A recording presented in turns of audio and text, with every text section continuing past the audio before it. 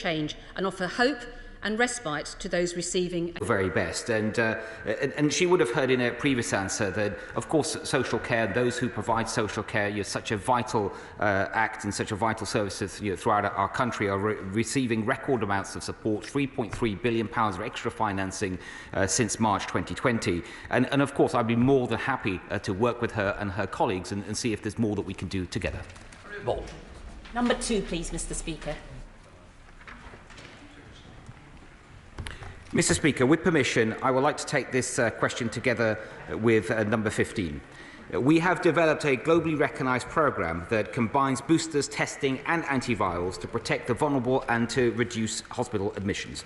Our Get Boosted Now campaign led to a huge increase in vaccination rates, and we have successfully procured the highest number of antivirals per head in Europe. We are also employing the use of remote monitoring technology to enable more patients to get the care that they need at home rather than having to be admitted into hospital. Baldwin. Thank you, Mr. Speaker. Before Omicron arrived, there had been over 10 million positive cases in this country of COVID-19, of which 14 in every 1,000 appeared to have been fatal. Since Omicron arrived, there have been a further 5 million cases, and it does look as though the fatality rate is about 10 times lower from these cases. Can the Secretary of State tell the House how important the Get Boosted Now programme has been in reducing hospitalisations and fatalities? Yes, of course, Mr. Speaker. The officials within my department have carried out a wealth of analysis on case fatality rates in the vaccinated and unvaccinated populations. And recent data has shown that COVID-19 case fatality rates is for the over 80s is likely to be more than 5 times greater in those that are unvaccinated versus those that have had at least 2 doses. My honourable friend may be interested to know, when I recently visited the ICU unit that was dealing with COVID patients in King's College, the consultant in charge told me that he estimated around 70% of his patients on that day were completely unvaccinated. And it's absolutely clear, Mr. Speaker, as we've seen, especially in the last few weeks, that vaccinations save lives. Thank you very much, Mr. Speaker. I have a 90-year-old constituent whose wife of 65 years has been prevented going to see his 89-year-old wife, and it took my intervention after 20 days of him being prevented from seeing her, from him being able to get into the hospital, neither of whom have COVID. Could my right honourable friend please instruct health trusts that as we reduce our COVID incidents in hospitals, that family members must be allowed to go and see their family members in hospital? Mr. Speaker, I am very sorry to hear about what happened to my honourable friend's constituent. It cannot be right that people are unable to visit their loved ones whilst they are in hospital, and it should not require the intervention of a Member of Parliament to do so. So allowing such visits should be an absolute priority in every trust, and I've recently raised this issue with the Chief Executive of the NHS, and she has assured me that this message will be sent loud and clear to all NHS trusts. Hardy. Thank you, Mr. Speaker. Too many women with endometriosis are being forced to go to A&E or seek hospital admissions for their treatment. This is partly because they're waiting on average 7.5 years for a diagnosis. So I wondered to the Secretary of State what he can do to improve the knowledge and awareness of endometriosis right across all different aspects of the NHS. Yeah. The Honourable Lady, Mr. Speaker, is absolutely right to raise the importance of endometriosis, and she will know, hopefully, that in the Women's Health Strategy that this is something that will be a very important focus, and we will set out, within that strategy, we've set out how we can work together to do much more. Daisy Cooper. Thank you, Mr. Speaker. We know that the number of COVID admissions has led to a number of people having their routine hospital treatment cancelled. And last week there was an announcement that it had reached a record-breaking 6 million people. Could I ask the Secretary of State, Mr. Speaker, when the government might make a statement about hitting this figure and when set out a plan to tackle it? The Honourable Lady will know that sadly, because of COVID and the need to prioritise that rightly by the NHS, we have sadly seen an increase in people waiting for elective procedures and scans. She will know also that the government has already set out a plan to deal with this in terms of funding, the biggest catch-up fund in history, an extra £8 billion of funding over the next 3 years. And we will, after the most immediate need of dealing with Omicron, we will shortly be setting out much more detail on how we intend to tackle that elective backlog. Sharon. Question number 3, please, Mr. Speaker. Minister. Thank you, Mr. Speaker. And with permission, Mr. Speaker, I would like to answer questions 3 and 12 together. To maximise uptake, there are now over 3,000 sites, more than ever, delivering COVID-19 vaccines and boosters, including hundreds of walk-in sites, and opening times extended to 7 days a week. GPs and community pharmacies have been asked to do more vaccinations, and 750 armed forces personnel and 41 military planners have been brought into every region to help coordinate the national effort. The offer of a COVID vaccine, a first or second dose, and a booster for those eligible remains open to everyone. Sure. Thank you, Mr. Speaker. In rural areas such as mine in South East Cornwall, it can mean travelling miles to the nearest available centre. What ambitions does the government have to get vaccinations out to the smaller communities to assist those that have yet to be vaccinated to get their jab? Well, 99% of the population in England lives within 10 miles of a COVID-19 vaccination site, and robust plans are in place to ensure everyone has convenient access to a vaccine. In Cornwall and the Isles of Scilly, 85% of those eligible have received their booster or third dose.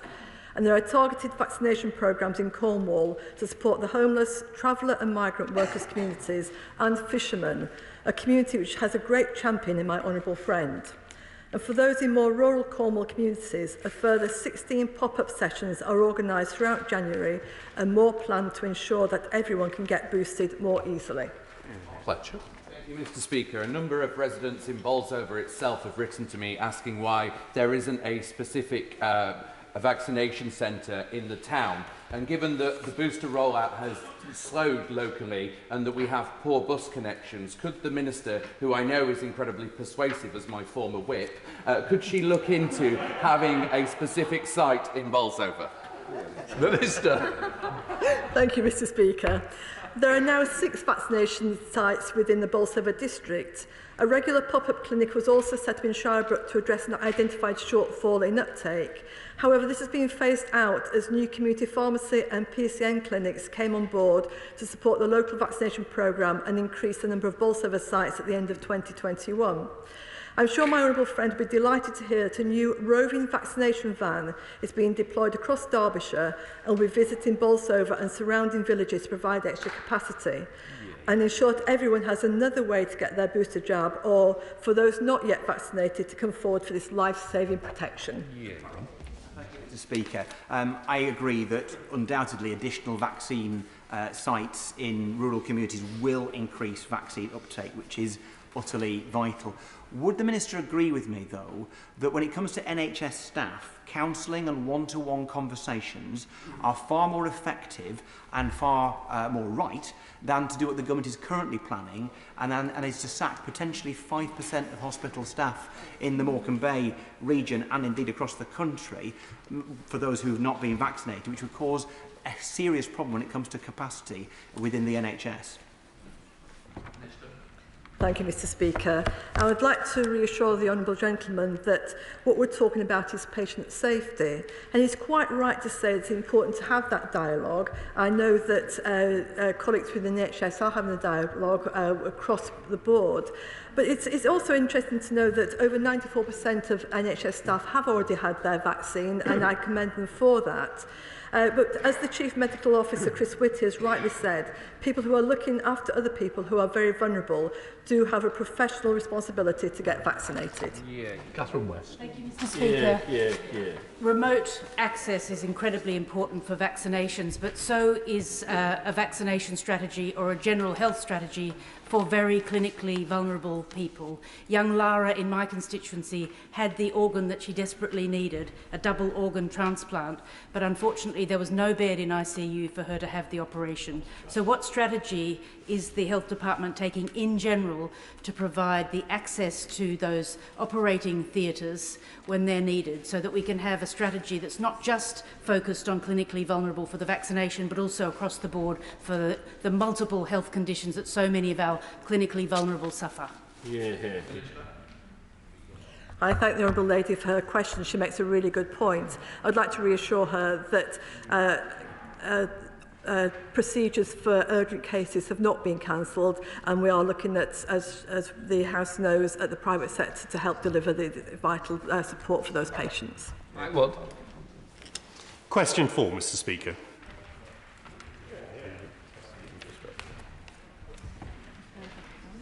Thank you, Mr. Speaker. The UK continues to provide one of the highest testing rates globally. We have increased capacity for PCR testing by over 200,000 tests per day since December, and home delivery capacity is now at 7 million lateral flow tests every day, and with community pharmacies supplying an additional 9.5 million tests last week. In comparison to England, countries that have put in place more restrictions might have chosen a different balance between lateral flow devices and PCRs to meet their individual testing demands. Therefore, we cannot meaningfully compare testing infrastructure to other countries. I would. Thank the Minister for that answer.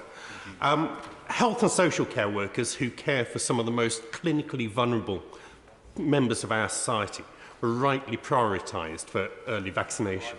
Does my honourable friend agree that they must similarly be prioritised when it comes to testing, and what is she doing to ensure that that is the case? Thank you, Mr. Speaker. And my right honourable friend makes a good point, and the fact that those the people that are most vulnerable are being prioritised. And the UK HSA and NHS Test and Trace currently delivers an average of over 70,000 PCR kits and 970,000 LFD kits a week to adult social care settings. And over recent weeks, as demands have increased due to the Omicron wave, Dudley, like other local authorities in the country, provided tests to key workers to enabling those to keep working as well. Shannon? Mr. Speaker, can I thank the Minister for her response to the answer? Government has recently announced that self-isolation will be cut to 5 days given a negative lateral flow test. Has the Minister came to an assessment on how this will impact the demand on lateral flow tests given the struggle many have faced trying to attain a box in just in the recent weeks? Thank you. Thank you, Mr. Speaker. And obviously, as we look at policy and make amends like we did last week, it's only right that we make sure that we can fill those requirements. I'd like to reassure the Honourable Gentleman that we can. And we have increased the procurement of lateral flow devices. And this month we'll be getting another 750 million lateral flow devices into the UK for January and February.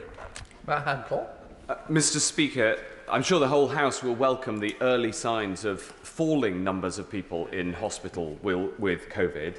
Does the Minister have any comments to make on the news yesterday from the World Health Organization that they think that the UK looks set to be one of the first countries out of the pandemic? And how much weight does she put on the vaccination and booster programme and also the colossal scale of our testing availability in this achievement? Thank you, Mr. Speaker. My right honourable friend makes a really good point. But I think we know that numbers are still very high of Omicron, and we're still getting over 2,000 people being hospitalised every day. So we do need to be cautious. But my honourable friend is quite right in that our vaccine programme and our testing programme have been vital in being able to tackle this deadly virus. And I just encourage everybody to get their booster. If they haven't come forward for their first jab or their second jab, to get those as well. Lesterson. Thanks very much, Mr. Speaker. Number 5. Thursday. Mr. Speaker, with permission, I will take question 5 and 19 together. We have significantly increased our testing and supply capacity since December, procuring over 700 million more lateral flow tests, ramping up our delivery capacity and expanding the UK's daily PCR capacity. Around 1.7 billion lateral flow tests have been distributed across the UK since the start of the pandemic. Home delivery capacity is now at over 7 million lateral flow tests every day, and we have also recently increased capacity for PCR testing to over 200,000 tests by over 200,000 tests per day. I asked the Prime Minister, but he didn't know. I asked the Business Secretary, he didn't seem to care, so today is third time lucky. Why were 30 million British-made lateral flow tests sitting in a warehouse awaiting approval while Chinese tests were given temporary approval? All the while, people couldn't get test kits from pharmacies or from Test and Trace. It took 6 months to give approval to SureScreen Diagnostics. So when is this government going to support British test manufacturers and end the preference for imports from China? Mr. Speaker, I can give the honourable gentleman an answer, very happy to do so, and he will know that it is right whenever we try to procure tests, in this case lateral flow tests, we should always try to buy British first, and we do buy from SureScreen, and they're a fantastic supplier. But he will also know that we can only buy lateral flow tests rightly once they have been approved by our independent medical regulator. Do it. Thank you, Mr. Speaker. Does my right honourable friend agree that access to the largest testing programme in Europe is just one example of the advantages to the people of Scotland when we adopt a UK-wide approach to shared challenges? Mr. Speaker, agree with my honourable friend about a unified approach to shared challenges such as COVID-19, and that unified approach being the best way forward. Across the UK, we have built the largest diagnostic network in British history, and we are testing. Our testing programme has been one of the most important lines of defence alongside our UK-wide vaccination programme. Our procurement of tests and antivirals and vaccines has been another fantastic example of the strength of the Union. Gwyn, Shadow Minister. Thank you. Always try and buy British first, he said a few moments ago, but a few weeks ago it was reported that plans to manufacture lateral flow tests here in the UK were shelved because the government was scared that it might be accused of handing out dodgy deals to their mates. Now, I know the Minister has form on this, but on this, they were misguided. So can he now say to the House that that wasn't the case, he wasn't running scared of a transparent procurement policy, and that he will now do all he can to turbocharge British manufacturing and getting British lateral flow tests in the system so that we don't ever suffer from those avoidable shortages we saw over Christmas again? Well, first of all, Mr. Speaker, I think the honourable gentleman accused me of doing something inappropriate, and I think that is not appropriate, unless he has something he wants to has something else to say, some evidence. But it is true to form of the Labour front bench, just constantly making things up to make up false points. But when it comes to testing, as he has just heard me say, we have purchased 1.7 billion lateral flow tests since the start of the pandemic, and wherever possible, whether it's PCR testing, lateral flow testing, whenever there are tests that are approved by our independent regulator, we buy British. Question number 6, Mr. Speaker. Thank you, Mr. Speaker. At present time, no decision has been made to increase the upper age exemption for free prescriptions. So Green. For her answer. Such a policy change would hit a vulnerable age bracket who are more likely to have one or more long-term illnesses requiring medication. A constituent of mine has told me of his concern at the cost of paying for his wife's Parkinson's medication should such a change be introduced. Given the millions facing such a new charge will also be hit by rising living costs, will the Secretary of State shelve such proposals and review the list of conditions that qualify for a medical exemption certificate? Thank you, Mr Speaker. Can I just reinforce the answer I've just given? There is no decision to increase the upper age exemption for free prescriptions, and the rumours circulating that the government is removing free prescription for pensioners is completely false. This government is absolutely committed to maintaining free prescriptions for pensioners. Thank you, Mr Speaker, and I'm very pleased to hear that no decision has been made on this important topic, and I hope that it remains as it is. But will my honourable friend take this opportunity to remind those who are paying for their prescriptions at the moment that there is a prepayment certificate available that can significantly save a lot of money for those who regularly use their pharmacy? Thank you. My honourable friend is absolutely right, and he does well to highlight the prepayment certificate, because if people go for a 12-month certificate, which is about £2 a week, for 2 items they can save £116.30, and for 3 items £228.50, so it's well worth the investment. John McNulty. Number 8, Mr Speaker.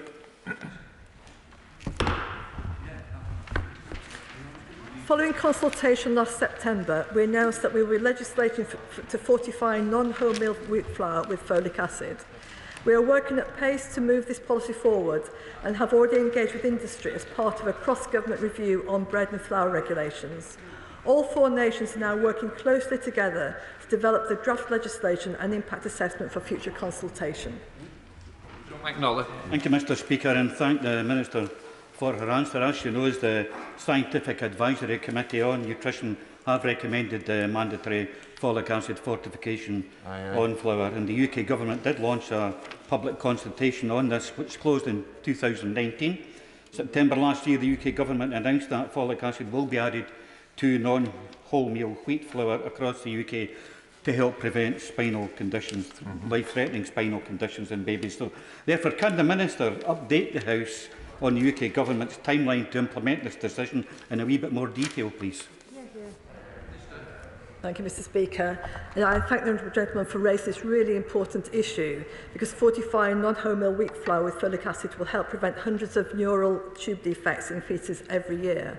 However, I regret that I cannot commit to a specific timetable, but we do, of course, need to consult on the draft legislation and will look to give industry appropriate notice. And all 4 nations are working together on the timetable and hope to deliver this important policy as soon as possible. Question number 9. Minister.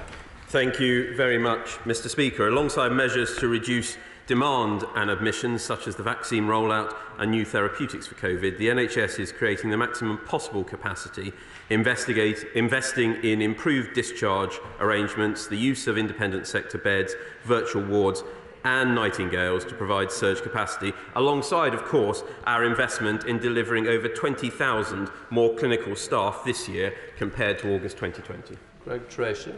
Thank the Minister for that answer. And as he knows, one of the main challenges facing hospitals is delays in transfers of patients back to care homes due to historic restrictions in place, particularly where there's been an outbreak, but which could actually mean there's only been more than one case.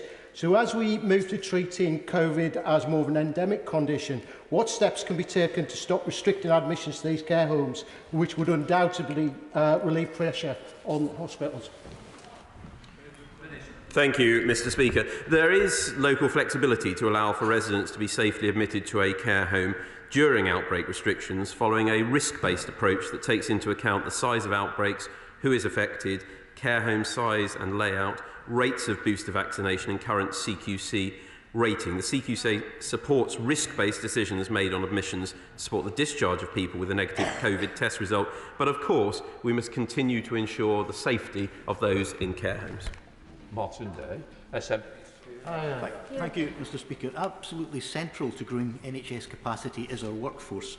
A Migration Advisory Committee report advised amending migration policies and to make care workers and home carers immediately eligible for the health and care worker visa and place the occupation on the shortage occupation list.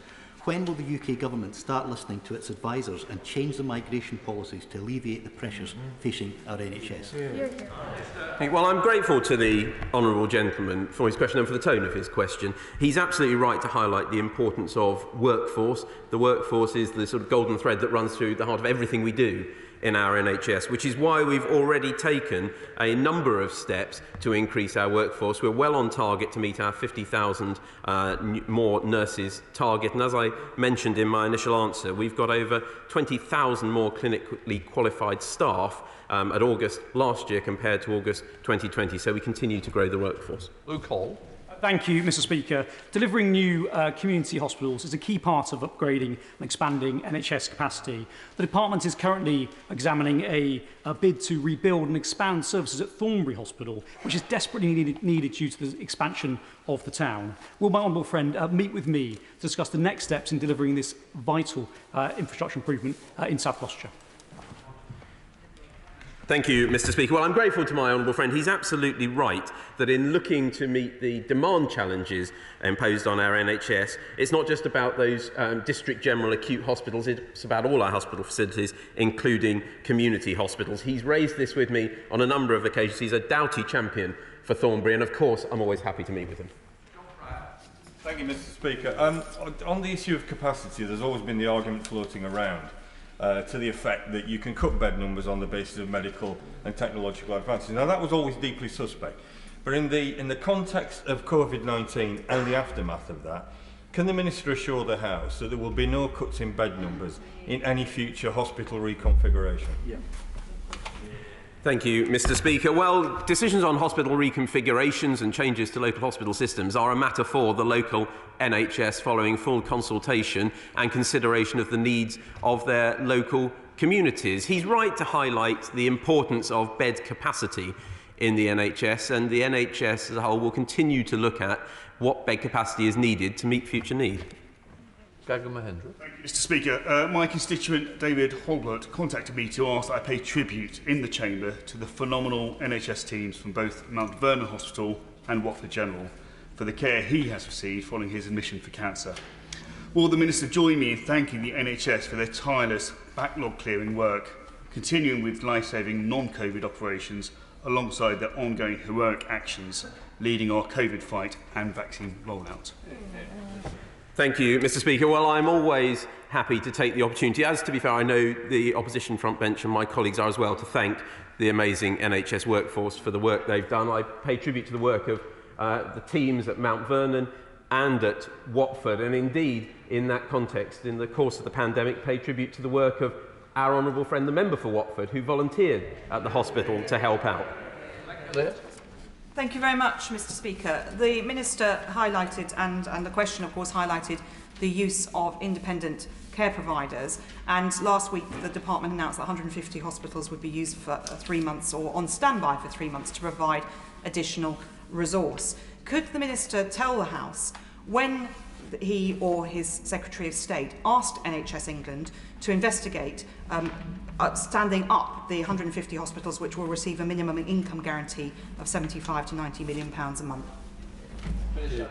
I think I heard the Honourable Lady correctly in saying when those discussions began, and that was last year, prior to the peaking of this wave. We believe that the use of the independent sector to assist our NHS and provide additional capacity is absolutely the right thing to do. Thus far, during the course of the pandemic, they've provided, I believe, over 5 million procedures to patients, and therefore we think this is a valuable and important addition to our capacity, and it's right that we have this surge capacity insurance policy in place to help meet further demand. Question number 10, Mr. Speaker. Thank you, Mr. Speaker. Vaccination continues to offer our best line of defence against hospitalisation due to COVID-19. The latest data shows vaccine effectiveness against hospitalisation with Omicron variant was 58% after 1 dose and 64% up to 24 weeks after 2 doses. Vaccine effectiveness against hospitalisation was 92% in the first 2 to 4 weeks after a 3rd dose or booster and 83% after 10 or more weeks. Those who are unvaccinated are 8 times more likely to be hospitalised. That's why it's so important that everybody takes up the offer to get boosted. Dr. Andrew Minister, for that reply, the facts are that the vaccination programme has been massively successful in reducing hospitalisation and particularly admission to ITU. So, will the Minister confirm that on the 26th of January, particularly given what we now know about the nature of the COVID variant that we're currently struggling with, that those regulations will lapse? Will she further confirm that she will amend advice on working from home? And most importantly, will she ensure that we reverse the counterproductive compulsory vaccination of NHS staff that the government's own figures suggest? Minister, come on, we can't have questions so long. Come. Thank you, Mr. Speaker. And although evidence shows that the Omicron variant causes less severe disease than previous variants, yesterday in England we still had over 16,000 COVID patients in hospital and over 84,000 reported cases. Plan B measures are currently in place in England and will be reviewed before the regulations expire on the 26th of January. The best thing everyone can do to help keep the virus under control is to keep coming forward for booster jabs to help slow the spread of infection and manage the immediate pressures on the NHS. Thank you, Mr. Speaker. I'm seriously concerned about the rapidly depleting efficacy of the vaccine at 10 weeks, between 40 and 50% protection. And therefore, my questions to the Minister is what happens next? Already we're talking about a mandatory programme of vaccine for NHS staff, which will see the depletion after 10 weeks, but also public health measures may be removed. What next after the booster? Minister. Thank you, Mr. Speaker. I'd like to reassure the Honourable Lady that the JCVI are monitoring this all the time and we take advice from the JCVI. What next? Little Richards. Number 11, Mr. Speaker. Minister. Thank you, Mr. Speaker. In October of last year, the government announced a plan to improve general practice capacity, backed up by £250 million of winter access funds to help GPs and their practices. This can be used to fund more sessions from existing staff or indeed increase the physical premises at a practice. And for my honourable friend's area, the Black Country and West Birmingham CCG has an expected award of £6.5 million from the winter access fund. Richards. Thank you, Mr. Speaker. My constituents in West Bromwich East have been raising concerns with me about their ability to access face-to-face GP appointments at local surgeries. Given the significant £250 million winter funding package for general practice announced towards the end of last year, what assessment has the Minister made whether this support is making a real difference on the ground? I thank my honourable friend. She is always pushing me constantly to improve access for her constituents. But can I reassure her that the announcements and the funds and the support is making a difference? In November last year, there were on average 1.39 million general practice appointments per working day. And that's an increase compared to 1.31 million in November 2019. But crucially, 62.7% of those appointments were face-to-face. So this is really making a difference for patients. Shadow Minister Farrell Clark. Thank you, Mr. Speaker. Mr. Speaker, a nurse wrote this week about working on COVID wards during the height of the pandemic. She writes, "There were no vaccines or treatments then, and we worked for hours in full PPE to protect ourselves and try not to bring the virus home to our families. There were no after-work drinks for us." It is clear that there was a culture inside number 10 where even if the rules were not technically broken, the spirit of the rules were, and this is completely unacceptable. The nurse is the Minister. Surely she must agree that the Prime Minister should now resign. Well, can I say I'm very disappointed by the Honourable Lady's question. There are serious issues facing the NHS and patients, and instead of playing party politics at the dispatch box, perhaps she needs to ask her own leader what he was doing in May last year. We now come to Lawrence Robertson. We've got to have a time. Mr. Speaker. Thank you, Mr. Speaker. People should be discharged from hospital safely with the appropriate care and support they need. As the Secretary of State outlined, we have provided £3.3 billion via the NHS to facilitate timely hospital discharges over the pandemic, including £478 million just for this winter. We do recognise that providers and local authorities have experienced significant challenges in recruiting and retaining social care workers, and that's why we've provided £462.5 million over winter for this period to support care providers to improve existing care support. Lawrence Robertson. Well, thank the Minister for that response, but even given all that help, almost 30% of available acute beds in Gloucestershire are occupied by patients who are medically fit for discharge. About half of those are awaiting care packages. The other half are looking for beds in community hospitals or care homes or awaiting home discharge. So what more can the government do to relieve the pressure on the acute hospitals in Gloucestershire and on all the medical staff? Thank my honourable friend. I'd like to assure him that this is something we take very seriously, and we meet every day actually to discuss this issue. We're also very conscious of the pressures caused by Omicron and the Herculean challenges faced by health and social care providers to discharge people in a safe and timely way, particularly with outbreaks and having to manage infection prevention control.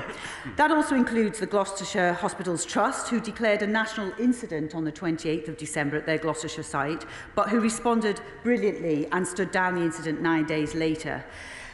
As the Secretary of State said, we have also established a national discharge task force which is driving the progress to bring a renewed focus to reducing discharge delays, including in Gloucestershire, and working with local government and the NHS. 14, Mr Speaker. Minister. Thank you, Mr Speaker.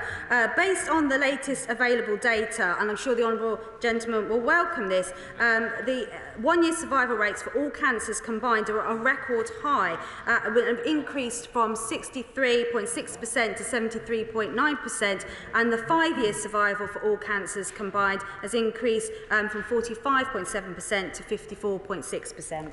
Alex Doris. Thank you, Mr Speaker. To ensure the best cancer outcomes, patients need to start treatment as soon as they can. But in the latest data the Minister addresses, the number who've waited more than 2 weeks to see the specialist set a new record high for the third month running, soaring to more than 55,000 people in November prior to this peak of this wave. Macmillan state there's still over 31,000 people in England waiting for their first cancer treatment, which won't do. When's the government going to publish a properly resourced, properly staffed National Recovery Plan for Cancer Care? I thank the honourable gentleman for his question. Can I just reassure him that cancer has been an absolute priority through this pandemic, and treatments and services have continued? And can I thank all those working in cancer care for making sure that that has happened? The 95% of people started treatment within a month of diagnosis throughout the pandemic, and there have been over 4 million urgent referrals and 960,000 people receiving cancer treatment during that time. We now come to Shadow Secretary of State West. Thank you, Mr Speaker. Mr Speaker, Jeff Cosgrave was admitted to hospital in mid-November with kidney cancer that had spread to his lymph nodes and lungs. Last week, his wife Glynis contacted me in desperation because he was unable to access treatment to clear the blockage in his lungs because the thoracic ward at a nearby hospital had closed because of staffing shortages. After frantic and desperate chasing by his family and NHS staff, he was finally admitted to the Bristol Royal Infirmary last week, but unfortunately his condition had deteriorated, so he couldn't receive treatment.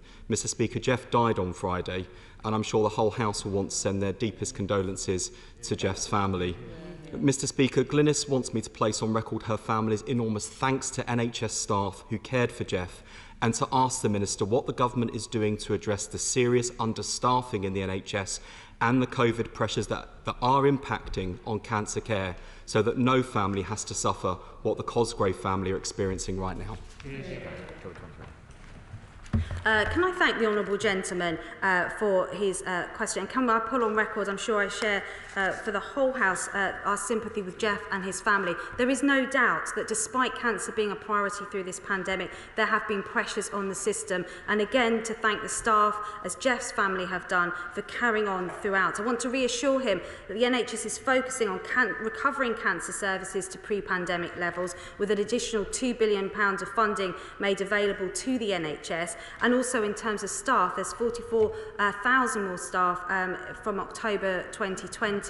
We are absolutely committed to getting back on track to pre-pandemic levels, but cancer has always been a priority. That's no comfort to Jeff and his family, but hopefully they can be assured that we're doing all we can. We now come to topicals. Chris Bryant. Topical number 1, Mr Speaker. Secretary of State. Mr Speaker, 8 weeks ago, when this House last met for health and oral social care questions, The world had not even heard of the Omicron variant. Yet since then, we've seen a third of the UK's total number of COVID-19 cases recorded. The action that this government has taken in response to Omicron and the collective efforts of the British people have seen us become the most boosted country in Europe, the most tested country in Europe, and the most antivirals per head in Europe. That, Mr. Speaker, is why we are the most open country in Europe. And I've always said that these restrictions should not stay in place a day longer than they are absolutely necessary, due to these pharmaceutical defences and the likelihood that we have already reached the peak of the case numbers and hospitalisations. I'm cautiously optimistic that we'll be able to substantially reduce measures next week. And the best thing that we can all keep doing to continue this progress is to get boosted now. Chris Bryan. Can I put on record my gratitude to the Secretary of State for all the help he provided my constituents before Christmas. He went beyond the call of duty, and I'm very grateful to him. The aftershock is often worse than the original earthquake. My anxiety about COVID is that was the earthquake, but we've still got the aftershock to come, which is all the problems in cancer care, in the lack of emergency medicine doctors, in so many disciplines. How are we going to make sure that those 6 million people who are on waiting lists, that number's not going to grow over the next few months, and that we're going to give them the care that they really need? I think the right honourable gentleman is absolutely right to raise this, and can I thank for his comments at the start. We all know, as we've just heard from my honourable friend, that the NHS in particular and social care has been under huge pressure. I think the most challenging time really in their history, and everyone has performed in a way that we can all be rightly proud of. Despite that, we have seen a huge rise in electives, and I think it will go higher before it goes lower. And the reason is because so many people stayed away when they were asked to. I want them to come forward. I want them to know the NHS is open for them, and we will support it with more workforce and more investment, including the £36 billion of extra investment through the new NHS and social care levy. Mr. Speaker, delays in cancer diagnosis and treatment have led to tragic consequences for some of my constituents. What is my right honourable friend doing to improve cancer survival rates? Mr. Speaker, my honourable friend has raised an issue that's very close to my heart, and the right honourable gentleman opposite was right to raise this issue a moment ago as well. The pandemic has exposed huge health disparities in this country. It's clear to me that we need to go much further on cancer, not only to catch up on cancer referrals, on diagnosis, on treatment and radical innovation, but to improve the persistently poor outcomes that patients in this country have long experienced compared to other countries. It's time we launched a war on cancer, Mr. Speaker, and I'm working on a new vision to radically improve the outcome of cancer patients across the United Kingdom, and I will have more to say on this in due course. Shadow Secretary of State West Street. Thank you, Mr. Speaker. Keeping the Secretary of State on the issue of cancer, half of all patients with suspected breast cancer are not seen within the recommended 2 weeks. In 2 months, it's gone from 5,000 patients not able to see a specialist in the target period to 23,000, a far steeper increase than all other forms of cancer. So can I ask the Secretary of State, has breast cancer care been deprioritised? Secretary of State. Of course not, Mr. Speaker. Of course it hasn't been deprioritised. No cancer has been deprioritised. We have seen, as the House has heard again today, because of this terrible pandemic, an impact on healthcare across the country, including, sadly, on cancer care as well. And whether it's breast cancer or other forms of cancer, they all remain a priority, including during this Omicron wave, where the NHS has made it absolutely clear that cancer remains a priority. But as I just said, and I hope the honourable gentleman, he does agree with me about we do need to do more on cancer, and I know this is something he cares deeply about. He's been right to raise it twice now in the House in the last hour, and I hope that it's something that he would work together with the government on. Thank you, Mr. Speaker. I'm going to raise it a third time because it's very clear that breast cancer care is worse than other forms of cancer. The Secretary of State needs to account for that and tell us what he will do about it. But in relation to cancer more broadly, it's not good enough to return to where we were pre-pandemic levels, because as much as the Secretary of State wants to blame COVID pressures for delays in cancer treatment, we went into the pandemic with waiting lists at 4.5 million, with 100,000 staff shortages in NHS, and even the 112,000 shortages in social care impact on broader NHS performance. So where is the plan to fix the workforce challenge in the NHS, which is the biggest single challenge that will impact on his mission, the mission we all share, to improve cancer outcomes for everyone in this country? Well, Mr. Speaker, first, the honourable gentleman will know that the survival rates from cancer, they were increasing before the pandemic, but as I said, and I think the whole House understands, the pandemic has had an impact on all types of other healthcare, including cancer. It is a challenge throughout the United Kingdom. He may well know that when he talks about breast cancer and waits for breast cancer treatment, the waits are longer in Wales, so it is an issue throughout the UK. But when he talks about workforce, and of course, it is right that we continue to focus on workforce. We've got 44,000 more health workers since October 2020, and that's something we will continue to build on. Thomas. Thank you, Mr. Speaker. Right across Cornwall, there are vast numbers of children and adults that cannot get access to an NHS dentist. Now, it's not about funding, it's not about COVID, it's not even about a lack of dentists. It is just that the contract that they work with is no longer fit for purpose. Now, next year, the responsibility dentistry comes into Cornwall. Can we hear something from the Minister, maybe a statement, about how we're going to reform this contract, which no longer works and holds dentistry away from people that need it? Can I thank my honourable friend, because he gets to the nub of the problem. The 2006 contract was introduced under the last Labour government, which is dependent on UDAs, units of dental activity, have perverse disincentives for dentists to take on NHS work, and that's something we're already starting work on reforming. SNP spokesperson Martin Day. Thank you. We will not globally defeat COVID if large proportions of the global population do not have access to vaccinations.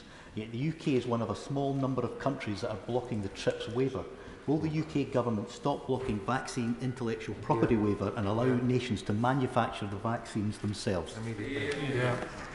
Mr. Speaker, of course, first, the honourable gentleman is right about the importance of helping the whole world to acquire these life-saving vaccines, and that's why the UK can be proud of the over 30 million that is delivered to developing countries already, and we will meet our commitment to increase that to 100 million by June. But we do not agree with the TRIPS waiver suggestions because it will make, in future, certainly access to life-saving vaccines much more difficult. John Lamont. Delighted by the recent announcement of £50 million for MND research, which was campaigned tirelessly by my constituent Doddy Weir. But can the Minister update the House on steps that have been taken to allocate these funds and ensure that this is being done as quickly as possible, as time is not of the essence for MND sufferers? My honourable friend is right to raise this, and can I commend him for the fantastic work that he has done to lead this campaign. We were delighted to announce the £50 million of funding for MND research, and this will go on to support a new MND research unit, which has already started work to coordinate research applications, and a new MND partnership, which will be formed to pool expertise across the research community. Sarah Green. Mr. Speaker, last week the Royal College of Physicians reported that 1 in 5 doctors felt overwhelmed almost every day. One doctor in my constituency told me that every single member of staff at their surgery was either receiving counselling, on antidepressants or signed off work with stress, compounded by what they perceived as GP bashing in the media. With this in mind, can I ask the Secretary of State what steps his department is taking to protect the mental health of GP and NHS workers? The honourable lady is right to raise this. So healthcare workers, whether GPs or others, have been under significant pressure over the last 2 years especially, and of course that is applied to GPs. The support that we provided through the Winter Access Fund is there, the 250 million to support GP surgeries across the country, including support with workforce.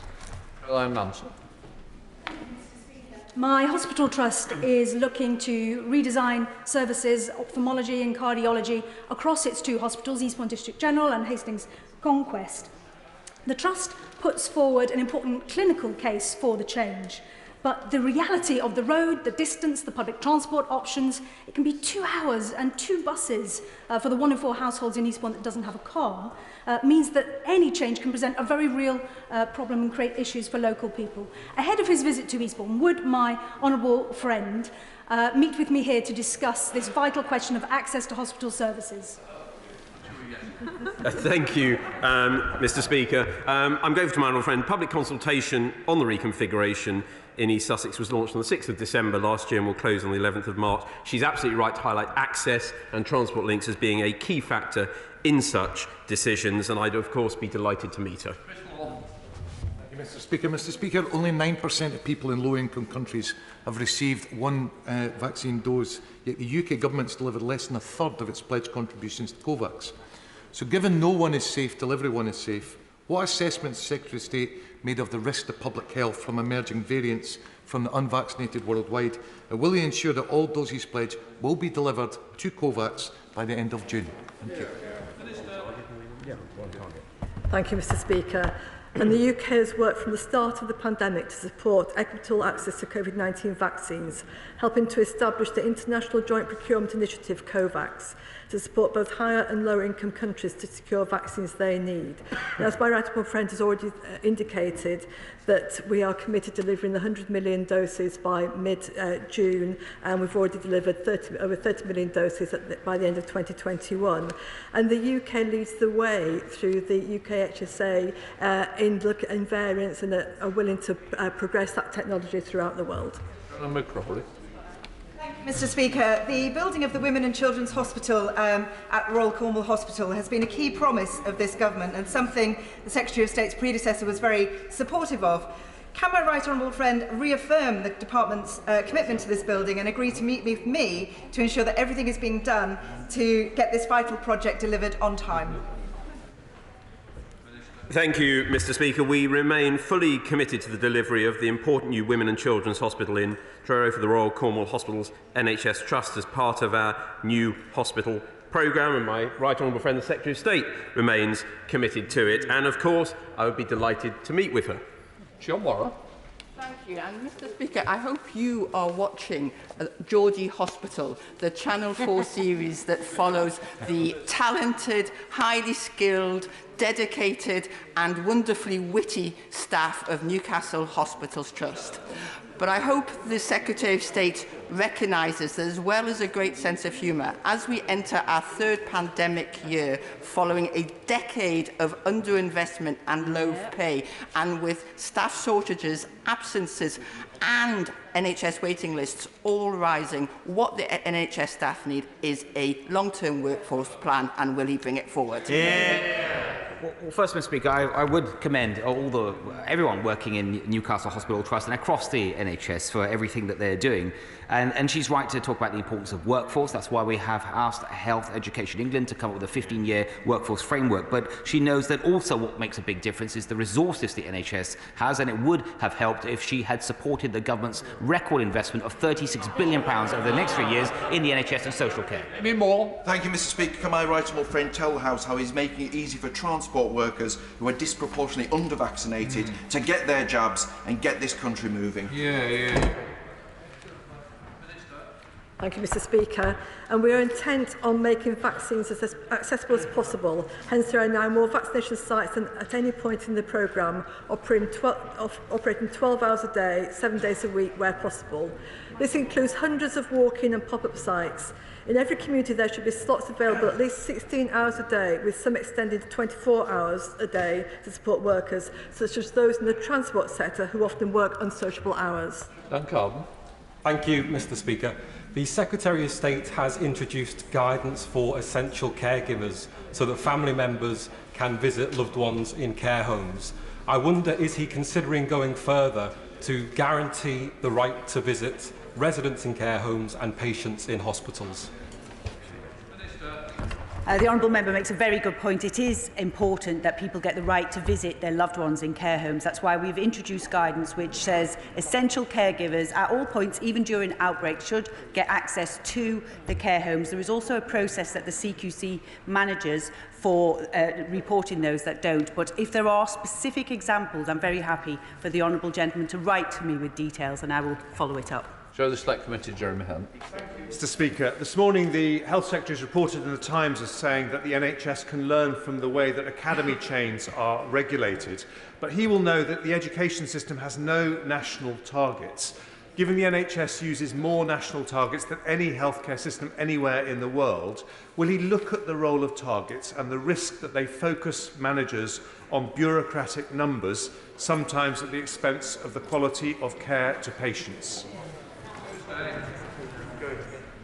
Mr Speaker, I very much agree with my right honourable friend, and as the whole House knows, he speaks with considerable experience. We do, especially as a result of the pandemic and the challenges it's created, need to do things differently, and that does require reform, and we will set out further reforms in due course. But on the issue of targets, he's absolutely right. They can play an important role, but they can also lead to poor outcomes for patients, and all these targets do need to be properly reviewed. Just missed this. Dan Jarvis. Mr Speaker, Sheffield's Western Park Cancer Centre is one of just 4 specialist cancer facilities in the country, but it desperately needs a £50 million upgrade. The Secretary of State will know this because I raised it with his predecessor and I wrote to him in October and again just last week. So can I ask the Secretary of State to urgently respond to the proposal, which is vital for cancer outcomes in South Yorkshire? Thank you, Mr Speaker. I'm grateful to the honourable gentleman for that question. Firstly, we will endeavour to respond swiftly, but if he would like to meet with me in respect of capital funding and those sort of projects, I'm always happy to meet with him. Lee Anderson. Mr Speaker, now then the Health Secretary will be aware that the Kingsmill Hospital in Ashfield was built under a disastrous PFI deal under the last Labour government, and it now costs us about £1 million a week to service this debt. This is money that could be spent on social care in Ashfield. So will the Health Secretary meet with me to discuss how we can rid this crippling debt of £1 million a week from my trust and spend it on social care? Well, I'm grateful to my honourable friend. He's absolutely right to highlight the impact of yet another one of Labour's disastrous PFIs on the funding available to our NHS and indeed to social care. We continue to work hard to deliver our manifesto commitment to improve on those disastrous PFI schemes, and I'm very happy to meet with him to discuss it. Thank you, Mr Speaker. Just last month, Luton lost an outstanding champion from the other place with the sad passing of Lord Bill Mackenzie of Luton. Just 21 months previously, he'd been diagnosed with pulmonary fibrosis. And just last week, I met with the chair of the Pulmonary Fibrosis Trust, one of my constituents in Luton South, who told me that there is no current cure and for most people no known cause of this disease. So will the Minister outline what steps his department is taking to support research into a cure and to improve diagnosis, support and care for people living with pulmonary fibrosis? Mr Speaker, can I thank the Honourable Lady for raising this in the House? And this is a very serious condition. There are far too many people suffering from this, and there does need to be more research globally, not just here in the UK, but working with our international partners on this. And it is something that I will bring to the attention of my officials and see what more we can do. Robert Gubble. Sadly, the situation in Scarborough and Whitby for patients seeking a new NHS dentist are no better than in St Ives, with thousands of UDAs going unused. Dentists tell me what would help is to have a date for the end of the UDA system so they can start recruiting staff and in some cases building new premises to deliver NHS dentistry to local people. Minister. I thank my honourable friend for his question. He's quite right. As I said earlier in my response, the disastrous contract of 2006 is really putting perverse disincentives for NHS dentists to take on NHS work. But can I assure my honourable friend that dental practices in Scarborough are currently being commissioned by NHS England following the handing back of a dental contract. Procurement processes are in place and a new practice is set to be in place by the summer. Okay. We now come to the urgent question. Tobias Elwood. Thank you for granting this urgent question, Mr Speaker. Could I ask the Minister to make a statement on the migrant channel issues and the role of the military? Robin, Secretary of State. Mr. Speaker, unacceptable numbers of people continue to make the dangerous channel crossings, and last November's tragic death serve as the strongest reminder of the need to stop them. The government has been exploring every avenue to prevent further crossings and has now appointed Defence to take operational primacy for cross-channel counter-migration operations, which will see a much larger and more visible role for the Royal Navy with regards to operational planning, asset coordination and operational delivery. As explained by the Home Secretary in questions yesterday, the Home Office and Ministry of Defence have worked closely on countering the small boats challenge through the military aid to the civilian authority process. Throughout the last 12 months, Defence has provided a range of support, including the provision of surveillance aircraft, additional accommodation, planning expertise, and assisted in the delivery of trials for novel tactics to assist the Border Force and Home Office to better interdict and deter migrant vessels. Detail of how Defence will deliver and maintain primacy of cross-channel counter-migration operations going forwards is currently being worked through. The government's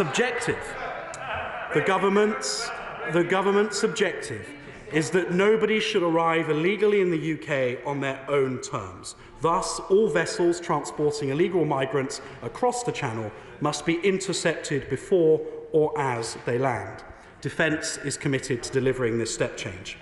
Detail of how this will be achieved will be made known in due course. However, the House can be reassured that Defence is working hand in hand with the Home Secretary and her department to achieve this goal, whilst ensuring the safety of all individuals involved and protecting other defence priority outputs.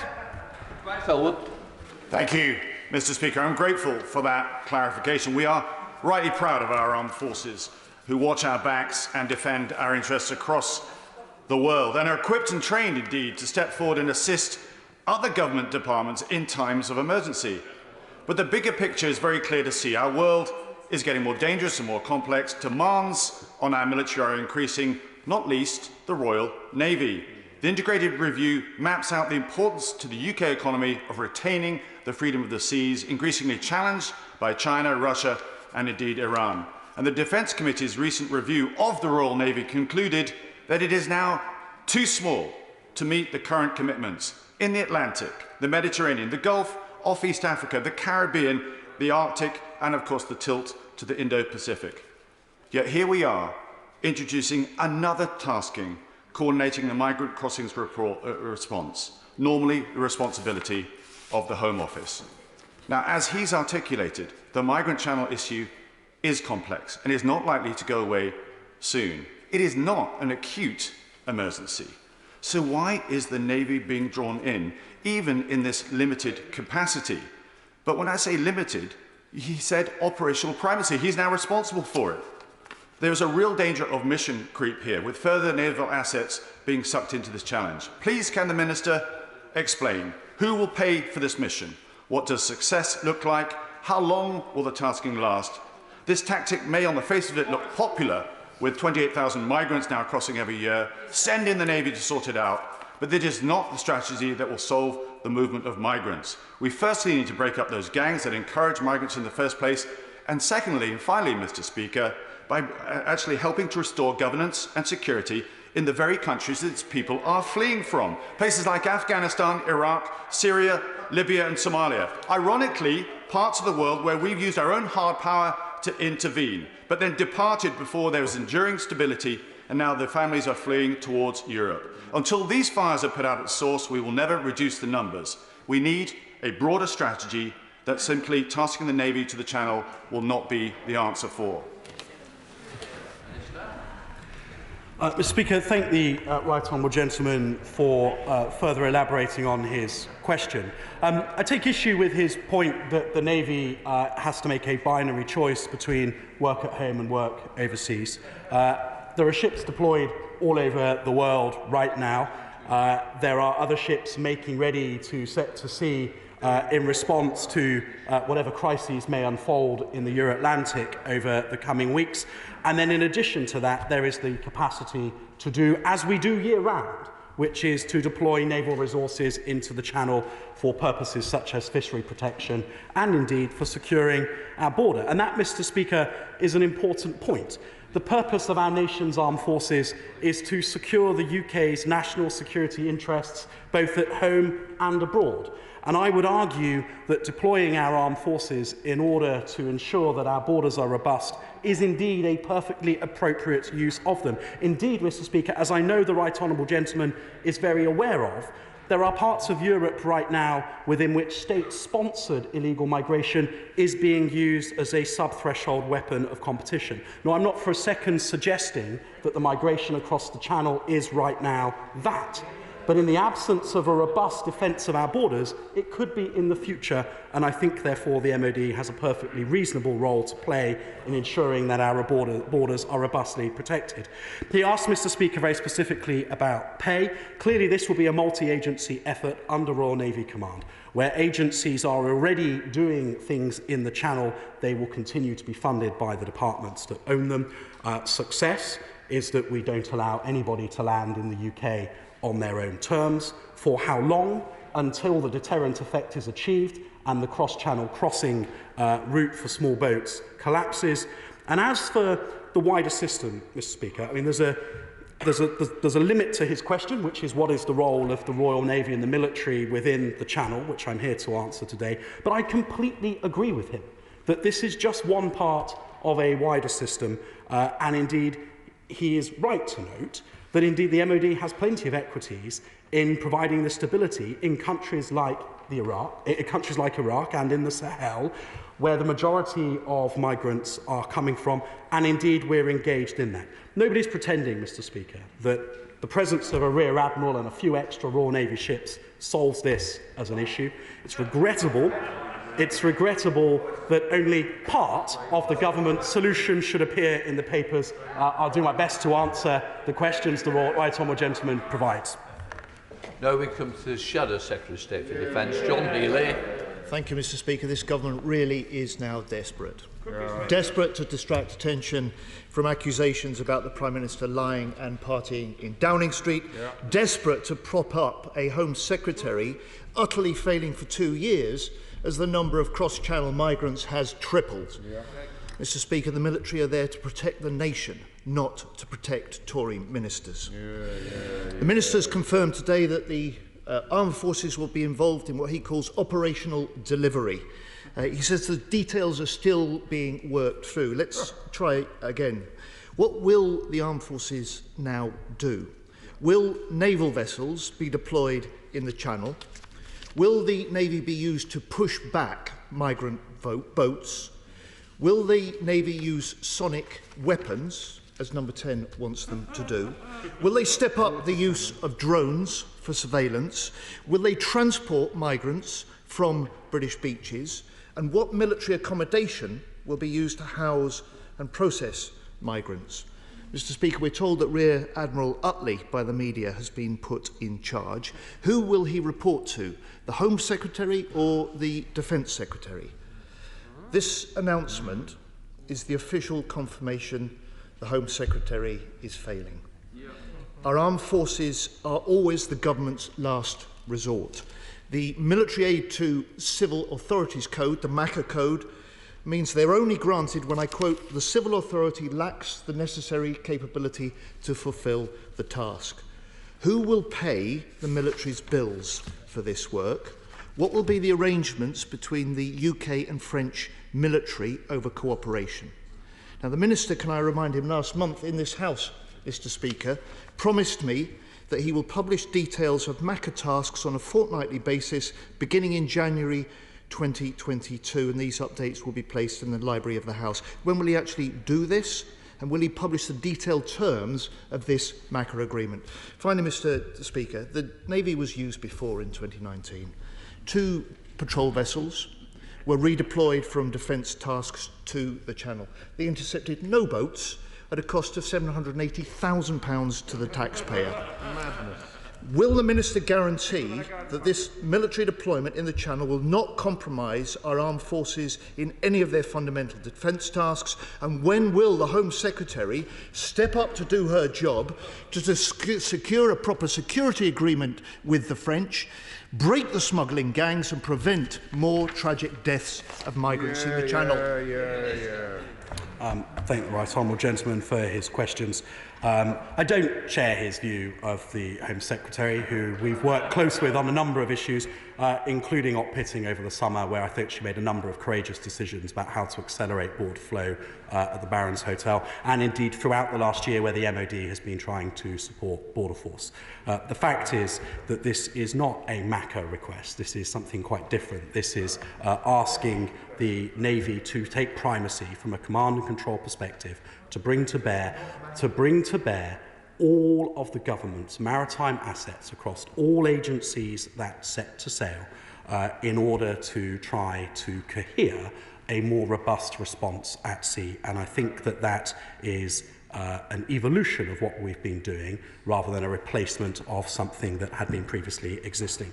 The armed forces, as the Right Honourable Gentleman notes, there may be a requirement for more naval assets, ships, to be in the Channel, but actually they sit too high off the water to be a credible platform from which you would cross-deck people from a dinghy to a warship. So in all probability, the presence of naval assets is probably from a command and control perspective rather than from an interdiction or interception perspective. There are definitely better platforms within the government's inventory and things that we can lease from the open market that will be much more effective for mid-channel cross-decking under RN command and control. Neither the Royal Navy nor the Royal Marines will be engaged in pushback, but neither the Royal Navy nor the Royal Marines will be engaged in pushback, but we know that that tactic has been developed by the Border Force, and if it is applicable, will be used. The Royal Navy will not use sonic weapons. The Royal Navy or the wider military may be involved in transportation of people when they reach the shore, as they enter the processing system. There may be use for military accommodation, but again, this is a UQ responding to a partial revelation of the plan. The wider plan, I make no apology for being still in development. Rear Admiral Utley continues to report to the Fleet Commander, who reports to the First Sea Lord, who reports to the Secretary of State. Costs will lie where they fall, other than capabilities that are novel, in which case it will be a chat with the Treasury. The MOD and the Navy enjoy excellent relations with the French MOD and the French Navy. We're confident in our ability to manage the cross-channel relationships. And I apologise to the Honourable Gentleman if I promised him an update on MAC, as I forgot that I had done so. I'll make sure that's rectified. Richard Drax. Thank you very much, Mr. Speaker. I welcome my honourable friend's statement. I don't see any problem with the Royal Navy getting involved with this. For weeks, for years, the opposition benches included have been whinging and whining, we're not doing enough.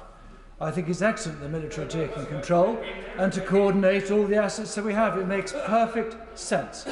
My question to my honourable friend, when a ship intervenes, someone in the middle of the Channel, will they have the power to take them back to France, where legally they should be, or do we have to take them into our country and then face all the problems of removing them if indeed they shouldn't be here? Mr. Speaker, no, there is no power to enter another country's sovereign waters to return.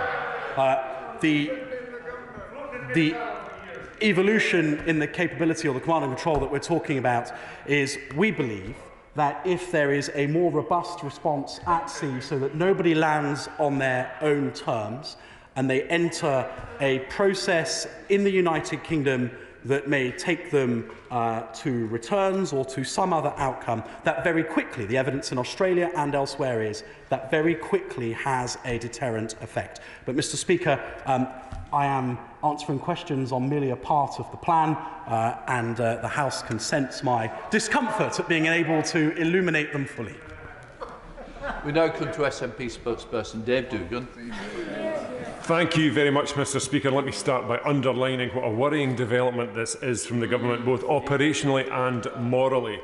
It's immediately apparent, to say the least, what the motivation to militarise this situation of desperate people taking perilous crossings to reach safety and security. This is military camouflage being used to disguise a political crisis at the heart of government. We're talking about the Ministry of Defence, Mr. Speaker, charged with the defence of the state and its people against external state or terrorist malign activity, threat or attack. Not in any recent cogent assessment has the MOD or our armed forces been reconfigured to protect the state against civilians. So can the Minister update the House on the critical analysis being undertaken within the Admiralty over whether to undertake significant maritime operations fraught with operational and reputational risk to the Royal Navy on civilian subjects? And can he confirm that this Home Office request goes way beyond the realms of military aid to civilian authorities and represents instead an alarming, politically expedient morphing of a civilian crisis into an entirely inappropriate military operation, which is doomed to fail? Hear, hear. Mr. Speaker, first of all, I just take issue with the premise of the honourable gentleman's question up front, which was that people need to get into a small boat to find sanctuary. They're coming from France. That is a safe country. So those who continue their journey do so because they want to be in the United Kingdom, not because they are scared of where they are. The MOD, and the idea that the MOD isn't configured to protect against civilian threats. Mr. Speaker, we've just been through 2 decades, firstly of counterinsurgency, and then secondly of reconfiguring to deal with the emergence of sub-threshold threats. Threat no longer wears a uniform or drives around in a military vehicle that is painted and flies a flag. It is increasingly likely that the threats that are posed to the United Kingdom are not from military sources, and actually the Ministry of Defence, charged with the defence of the homeland, of course has a role to play in ensuring that our borders are more robustly protected. Mark Francois. I welcome this announcement that the military are finally being brought in to supersede border force, or as some of my constituents refer to it, taxi force. But in order to add credibility to this announcement, can I ask, one, what operational name is being given to this mission? 2, which armed forces units are likely to be involved? And thirdly, if they're not going to be involved in pushback and they're not going to deploy sonic weapons, what are they actually going to do?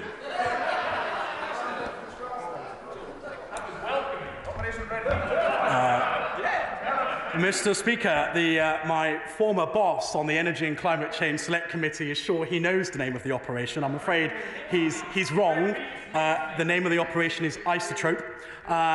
The units involved, in all probability, initially will be some of the Batch 1 offshore patrol vessels that are permanently committed to home waters, probably with some P2000s. But as I said earlier on in response to the Shadow Secretary's question when he pointed out that military warships have not been applicable in doing cross-channel mid-channel cross-deckings previously, the height of the water makes them an inappropriate platform to actually be hands-on doing the process. So it's a command and control role, if indeed anything at sea. The reality is the government has, as I think the Right Honourable Gentleman probably appreciates, has a very large inventory of maritime assets. And we would argue that if the full spectrum of those maritime assets were brought to bear on this problem and cohered under a military command structure, then actually that does provide a step change in capability. Now, the Right Honourable General will be disappointed that the Royal Navy and the Royal Marines will not be using pushback tactics or sonic weapons or whatever else. But as I was clear with previous questions, Border Force have been trialling those tactics. They may have a purpose. That's all part of the military estimate that is ongoing.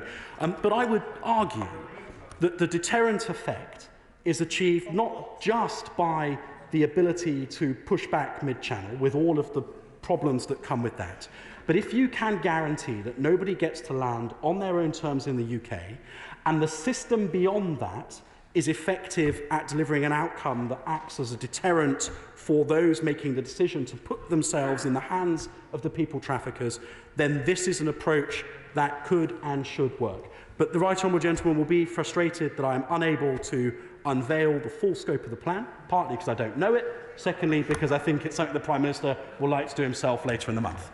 Luke Pollard. Thank you, Mr. Speaker. The Minister said in his remarks that the Royal Navy will not be using sonic weapons, but the sonic weapons, the long-range acoustic weapons, are already fitted to border force vessels. So as the Royal Navy has now assumed operational control of border force, can he make the statement that no border force weapons, sonic weapons, will be used for migrant crossings? And will he publish a rule of engagement for using sonic weapons against civilians? Because even the leaking and the spinning of this suggests a really dark force that we don't need in this debate. Mr. Speaker, take the Honourable Gentleman's point. If border force vessels are fitted with a capability that the Royal Navy commander feels inappropriate for use, then he won't direct that it is used. But that is his judgment in the MOD, as I think he probably appreciates, being the proud MP of the Royal Navy in Devonport. We deal with operational mission command. They use their judgment to bring to bear what they think is best, and I trust Rear Admiral Utley entirely to make the right decisions with that regard. I'll be honest with you, Honourable Gentleman, I'm not entirely clear what the custom is with regards to publishing rules of engagement. Perhaps he'll let me write to him with that in due course. Bowie. Very much, Mr. Speaker. Can my honourable friend give a guarantee that no resource, be that manpower nor asset, will be removed from another theatre that an already overstretched Royal Navy is deployed to at the minute, carrying out its primary roles of protecting the UK, its interests, and those of our allies around the world? Mr. Speaker, I can. Commander UK Strike Force is a UK-based two-star commander, as I suspect the Honourable Gentleman knows as a former Navy man, and the ships that are being talked about as possibly having utility in this context are already committed to home waters. Kevin Jones. Thank you. Well, there we have it. We have number 10 yesterday briefing out that this is the new tough approach to migrants. And the Minister comes to the dispatch box today saying he hasn't got a clue what the plan is or what is actually being proposed. He's just mentioned about deployment of assets. We had 9 OPVs until 2019 when HMS Clyde was decommissioned. The others are committed overseas, include the Pacific and in home waters for doing tasks like fishery protection. So what added assets are there? There aren't any. And can I just check 2 other things? One, will the Navy have to abide by, and will they abide by the UN conventions around dealing with people in distress at the street? And secondly, he says that Rear Admiral Utley will now answer to the Defence Secretary. Is he actually saying to the House the MOD has now taken over control of this entire border force, the border force and this operation, and the Home Secretary has got no role now to play in it? Is the line of command, is that the case? If that's the case, that's a huge kick in the teeth for the Home Secretary. Mr. Speaker, firstly, on the Right Honourable Gentleman's point about OPVs, the OPV fleet is well deployed around the world. As he knows, Trent is in Gibraltar, having just got back from the autumn in the Gulf of Guinea. Medway is in the Caribbean. Forth is in the Falklands, and Tamar and Spey are out in the South Pacific and Far East. There are further than that 3 Batch 1 OPVs that continue and are routinely deployed in homeland, in home waters. And that's not just for fishery protection, as the Right Honourable Gentleman sought to characterise. They routinely take on the role of fleet-ready escort and are used for whatever is required in order to protect the United Kingdom's interests in her home waters, and this very clearly comes within that bracket. I'm disappointed that he felt it necessary to ask whether the men and women of the Royal Navy would still feel bound by their compulsion under the Saving Life at Sea Convention. Of course they would. The Chief of the Defence Staff is a sailor. Rear Admiral Utley obviously is a sailor. They have all been clear throughout that military involvement in this is around delivering a robust plan, but they will not endanger life at sea. He asked a question about the way that all of this reflects in government policy and ownership of the policy. I would reflect back to him that Rear Admiral Utley is a sailor working within the MOD for a part of our border protection that has been placed into the hands of the Royal Navy. He clearly reports through his chain of command to the Secretary of State for Defence. But that is not the totality of the government's migration policy, nor the totality of the role in protecting our borders. And very obviously, the Home Secretary owns the wider system, and she's doing a good job in doing so. So Desmond Swade. Didn't Operation Sophia in the Mediterranean teach us that increased efficiency of interception leads to an increased number of attempted crossings? This policy will have the reverse effect of that intended, won't it?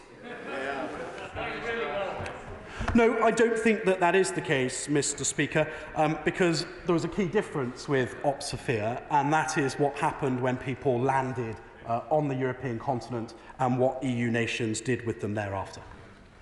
Diane Abbott.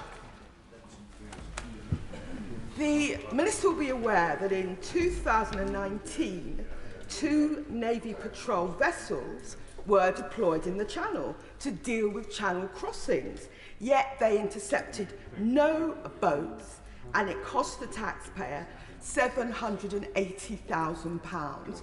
What will be different this time?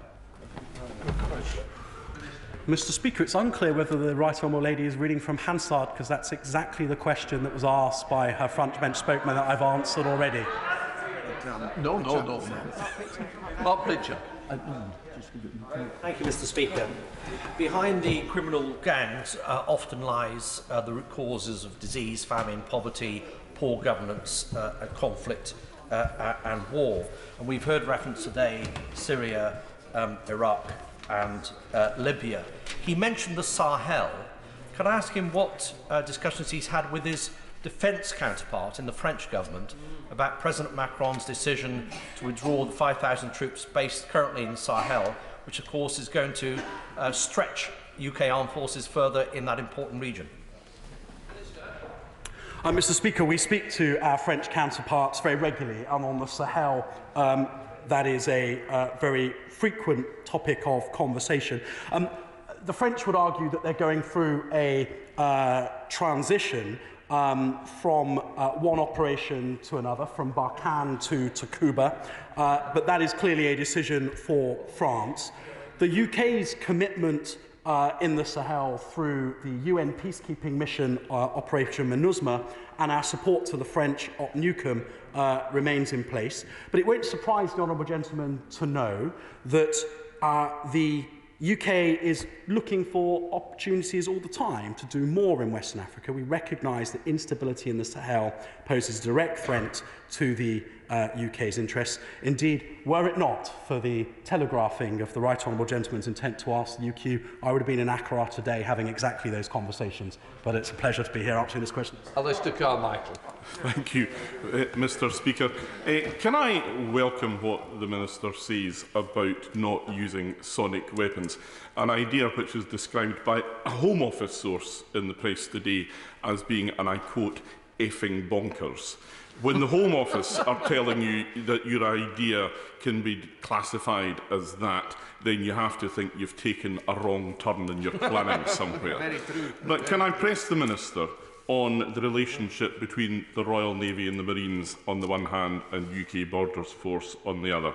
He tells the House, and I welcome the assurance that the Royal Navy will not be engaged in pushing back boats with refugees in them, but it leaves open the door that the UK Border Force might still. In that case, how can he possibly say that operational primacy sits with the Royal Navy? Well, Mr. Speaker, firstly, on his suggestion that there should be some disagreement between departments, I can only reflect that my great friends, the honourable members for Corby and Torbay, work with me all the time, not just on this, but on op-pitting and all sorts of other issues where the Home Office and MOD interests align. He's right to note that what I was clear about is that Border Force are developing a tactic. It may well be that they commander is comfortable with that tactic being employed. And there is a difference between why the Royal Navy and the Royal Marines will not deploy that tactic and why Border Force may. And that is because Border Force have potentially the appropriate vessels to do so safely. The Royal Navy and the Royal Marines do not. Bob Stewart. Thank you, Mr. Speaker. Could I ask the Minister whether he considers that use of the Royal Navy will indeed reduce the number of migrants that land in the United Kingdom? I believe that it could, as part of a wider system that is under development. Chris Brown. Thank you, Mr. Speaker. He calls it Operation Isotrope, I think. Not isotope, isotrope, isn't it? Which having properties that apply in all directions. That pretty much sums it up, doesn't it? But the honest truth is, it's Operation Red Meat, isn't it? And it has absolutely no beef in it whatsoever. Nothing has changed. There's no plan. He admits it himself. The government has completely failed to tackle what is a real issue, which many of our constituents worry about. And the people who bear the brunt of all of this danger are the people who are being illegally trafficked themselves. Many of them in miserable situations. What the government needs to do is sort out the relationship with France, make sure we have a proper deal with the whole of the European Union so people can go back to the country where they were originally landed. But can he please explain to me one phrase that he has used repeatedly today, which is that they're going to stop people landing on their own terms? What on earth does that mean? Well, Mr. Speaker, first of all, I think that there's a lot of questions coming from the other side about the incompleteness of a plan. I would just reflect that Labour is routinely and continually silent on what it would do to ensure that our borders are protected and that illegal migration is stopped. As for the UK-French relationship, I don't think anybody has pretended that the part of the plan that I am answering questions on today is not in and of itself the answer to this challenge. And before it, there is a responsibility to have relationships with France and the EU within which that can be discussed. And there's a requirement to attack the criminal networks that do the trafficking. And there's a requirement to deal with migration flows in the first place. What land on their own terms means is that nobody gets to set foot on United Kingdom soil without having been intercepted and brought ashore by the Royal Navy or other agencies, and they are then put into a system thereafter which I have every confidence will act as a deterrent to make the cross-channel route collapse thereafter.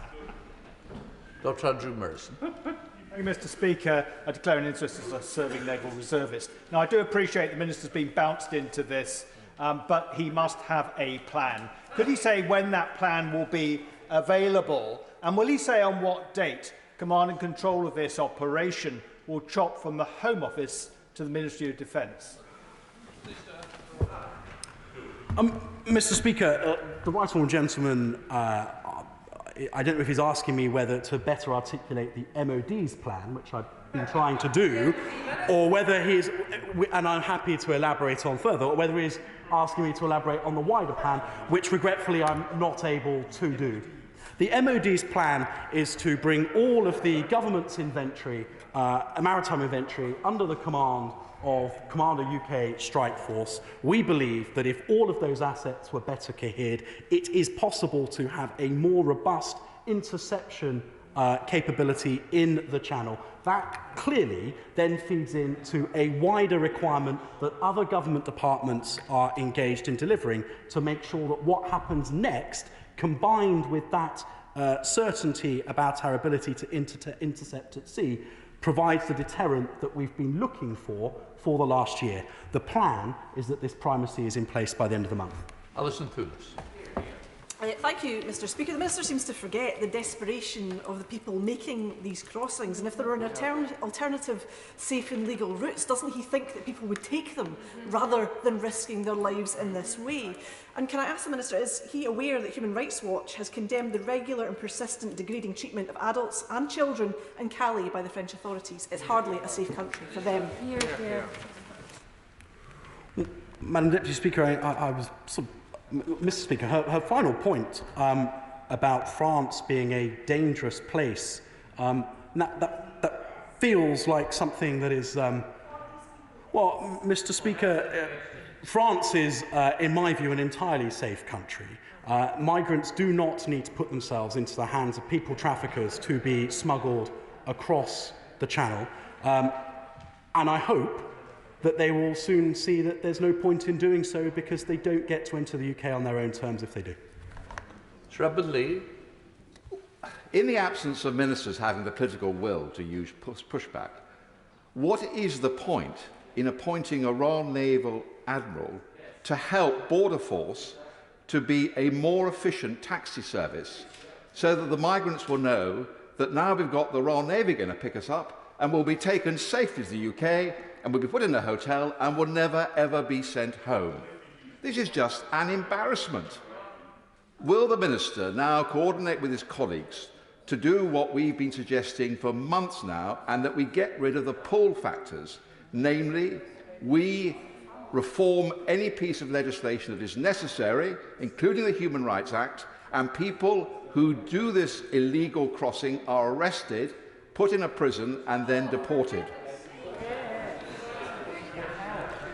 Mr. Speaker, his exhortations and those of colleagues have been heard. In Lavery. Mr. Speaker, just on a point of clarification, the reason why there's lots of questions from this side is because it's an urgent question. That's what we're doing here. Mr. Speaker, I would like to ask the Minister if indeed this government has seriously been considering using the sonic boom weaponry against people seeking to come to this country in already hazardous conditions in the Channel. Can the Minister please explain to the House what impact this sonic boom weaponry has when used on individuals? And can I say, Operation Rain Meat or Operation Save Big Dog, whatever you want to call it, it's not in my name.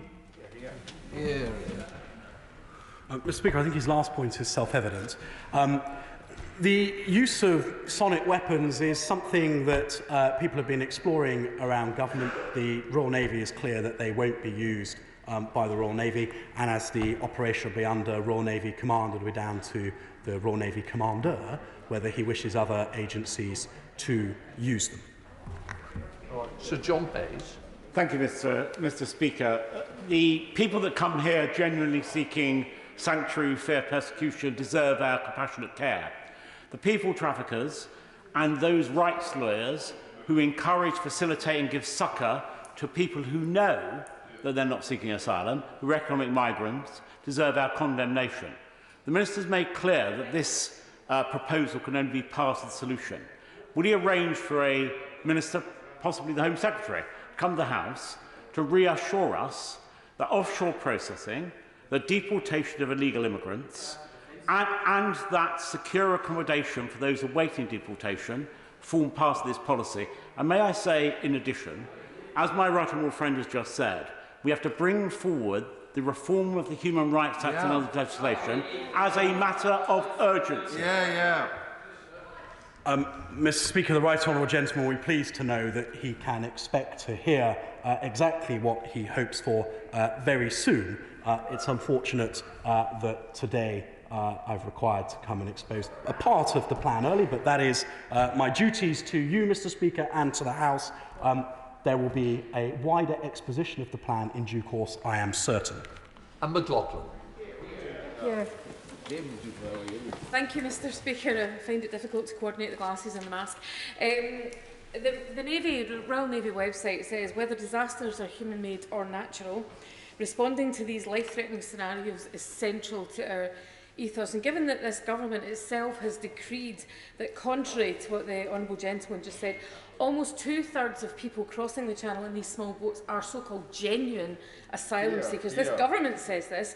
Does he agree that any genuinely responsible politician would refuse to be involved in further endangering the lives of these desperately vulnerable people? And before he accuses me of reading from Hansard, as he did so rudely, I feel, with the Right Honourable Member for Hackney North and Stoke Newington, he said today that the Navy will not be involved in the pushback of people, but we all know that could change tomorrow. So could he put on the record his agreement that to have our Navy involved in pushing people back into dangerous waters would directly contradict that noble ethos? Mr. Speaker, I have somewhat more confidence in the Royal Navy than the Honourable Lady. I am absolutely certain that they can operate in the Channel robustly in the nation's interests, but compassionately, and they are absolutely clear that as mariners in the Royal Navy, with all of the fine traditions of that service, their job is not to threaten the life of innocent people at sea, and they won't do so. And as for her point around Royal Navy vessels or Royal Marines vessels being involved in pushback, I think I've been very clear from the dispatch box that that will not happen. It can't happen. The vessels are inappropriate for the practice. Blackman. Thank you, Mr. Speaker. On this side of the House, we are determined to smash the gangs that charge desperate people thousands of pounds to take on a perilous journey. But actually, it would be better if they didn't try and take that hazardous journey in the first place. So what discussions has my honourable friend had with the French military to make sure they intercept these boats before they set off and return them to France where they should belong? Mr. Speaker, clearly that is a conversation we will be having, we would like to have. In reality, however, all of that, I think, remains with the Home Secretary, and I know she remains engaged with it. Paul Blomfield. Speaker, this is fast becoming as ludicrous as it is disturbing. Yesterday, the Home Secretary was unable to explain what the military could do, but Border Force couldn't. And the Minister's failed again today. Everybody knows that this announcement coming at this time is part of the campaign to save the Prime Minister's job. Yep. How does the Minister think the armed forces feel about being used for that purpose? Hear, hear, hear, hear. Mr. Speaker, the Chief of the Defence Staff has been involved in all of the conversations, and as I've been very clear, we shouldn't be dismissive of the importance of securing our borders, not only from an immigration perspective, but from a national security perspective. Migration is being used as a sub-threshold weapon of competition elsewhere in Europe, and it can't endure that our border is not properly secured.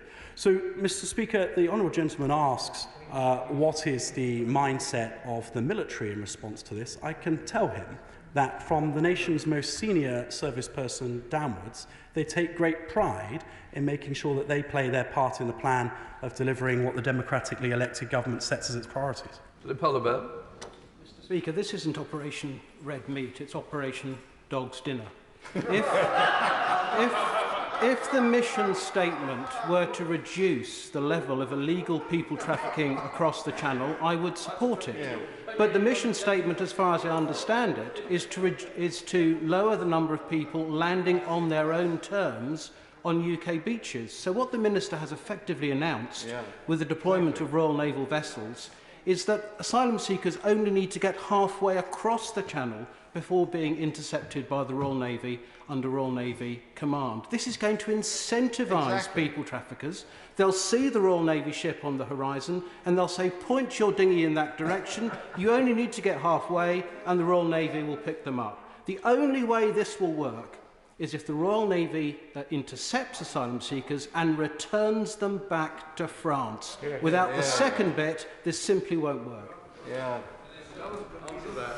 Well, as the honourable gentleman knows that the last bit would be impossible without French permission, and French permission has not been given. But I don't accept his characterisation of what is being spoken about today. The MOD's mission is to make sure that nobody arrives in the UK on their own terms. What does that mean? What happens? It means that nobody arrives in the UK without having been intercepted at sea or as they land. What happens next, Mr. Speaker? He'll just have to wait a short while, and I'm sure all will become clear. Angus Blendon, my name. Thank you very much, Mr. Speaker. I'm glad to see my old colleague from the Climate Change Committee doing so well in government. He'll be aware, of course, there's a vacancy coming at the top quite soon, and I have high hopes for him that he will indeed go further. I actually welcome that this really hasn't been thought through very much, and it's just like the rest of Operation Red Meat, to be honest. And I'm glad the Minister is also indicating that the Navy won't actually intercept the small boats unless, of course, there's a risk, I would hope, to life and there was people in distress. But because around the world, small boats have to be avoided for the terrorist risk. And it isn't going to take a terrorist with a PhD to see the opportunity of some of this, and I hope that the government is seriously thinking about that. So what assessment has been made of the terrorist risk, both to the Navy and to the poor migrants who are often escaping terrorists in the first place, as well as the efforts, of course, of international arms sellers to find themselves in the Channel? Mr. Speaker, thank you. The honourable gentleman notes that the Royal Navy won't be directly involved in the interception of ships, and as I've explained, that's really to do with the suitability of the vessel. But I wouldn't want him to think that that means that we're not intending to intercept all dinghies. We are. It's just there are better platforms to use for that under Royal Navy command and control. And he's absolutely right to identify. I think this is the point I've been seeking to illustrate around the justification for using the armed forces as part of this mission. Our adversaries, whether they are state or non-state, are very good at spotting where vulnerabilities are in countries. And I would argue that the flow of migrants has reached a point where actually it is a threat to our national security, and it is therefore entirely appropriate that the Royal Navy should play a role in the coordination of the response. Because thank you, Mr. Speaker. Any of my constituents watching these exchanges will note the comments of members opposite who were trying to pour cold water on a plan which they actually want. My constituents want to see an end to this cross-channel illegal immigration. They will also be disappointed to hear from the Minister that plans are not yet finalised, because hints and announcements have been made about the use of the Navy for many months now, indeed probably even years. Now, our military are very adept at being able to put together plans quickly to respond to emergency situations. Can you at least give my constituents some hint of when a robust policy will be in place and the Navy will be involved? Mr. Speaker, very imminently indeed, and I would certainly imagine within the next few weeks. Jerry Corbyn. Thank you, Mr. Speaker. In all of the awful answers the Minister has given, he's not shown one iota of empathy for desperate people putting their own lives at risk in order to try to get to a place of safety, many of them coming from war zones around the world that Britain has been involved in. Can he not show some humanity and sympathy to these people? Come to a European-wide agreement on support for asylum seekers and refugees. Look at the sources of why people come, and look at the awful conditions that many face when they arrive in this country. These are human beings trying to survive in a very difficult world. History will judge very harshly those governments that have used military means to repel refugees at a time of a refugee crisis around the world. Let's have some humanity and not just reach out to the military all the time. Well, Mr. Speaker, I know that it was very much his policy as Leader of the Opposition to not use the military at all, and probably to defund it as a consequence. I reject, however, the suggestion that what guides us in wanting to do this is not a deep sense of compassion. The Right Honourable Gentleman is correct in observing that these people are desperate. So desperate, in fact, that they are putting themselves in the hands of exploitative criminal gangs who put them to sea in dinghies, increasingly in sea states that those dinghies are woefully ill-equipped to deal with.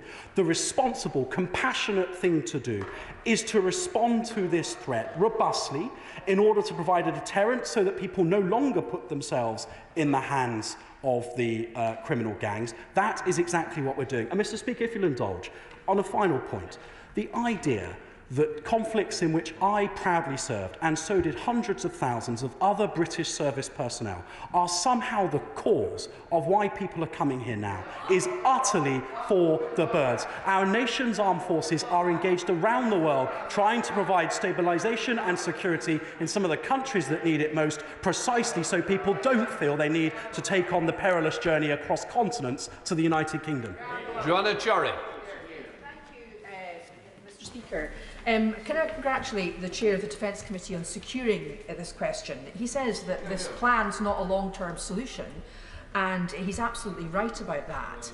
Now, as Deputy Chair of the Joint Committee on Human Rights, I've been pushing for the Home Office to consider our recommendation that claims to the UK asylum system be able to be made from France, because these people are desperate. And the reason they're desperate is because there's a dearth of safe legal routes to the United Kingdom. So can the Minister tell us what discussions he's had with the Home Office about this possibility as a long-term solution to the problem, and one that would free up the Royal Navy for more appropriate duties? Hear, hear.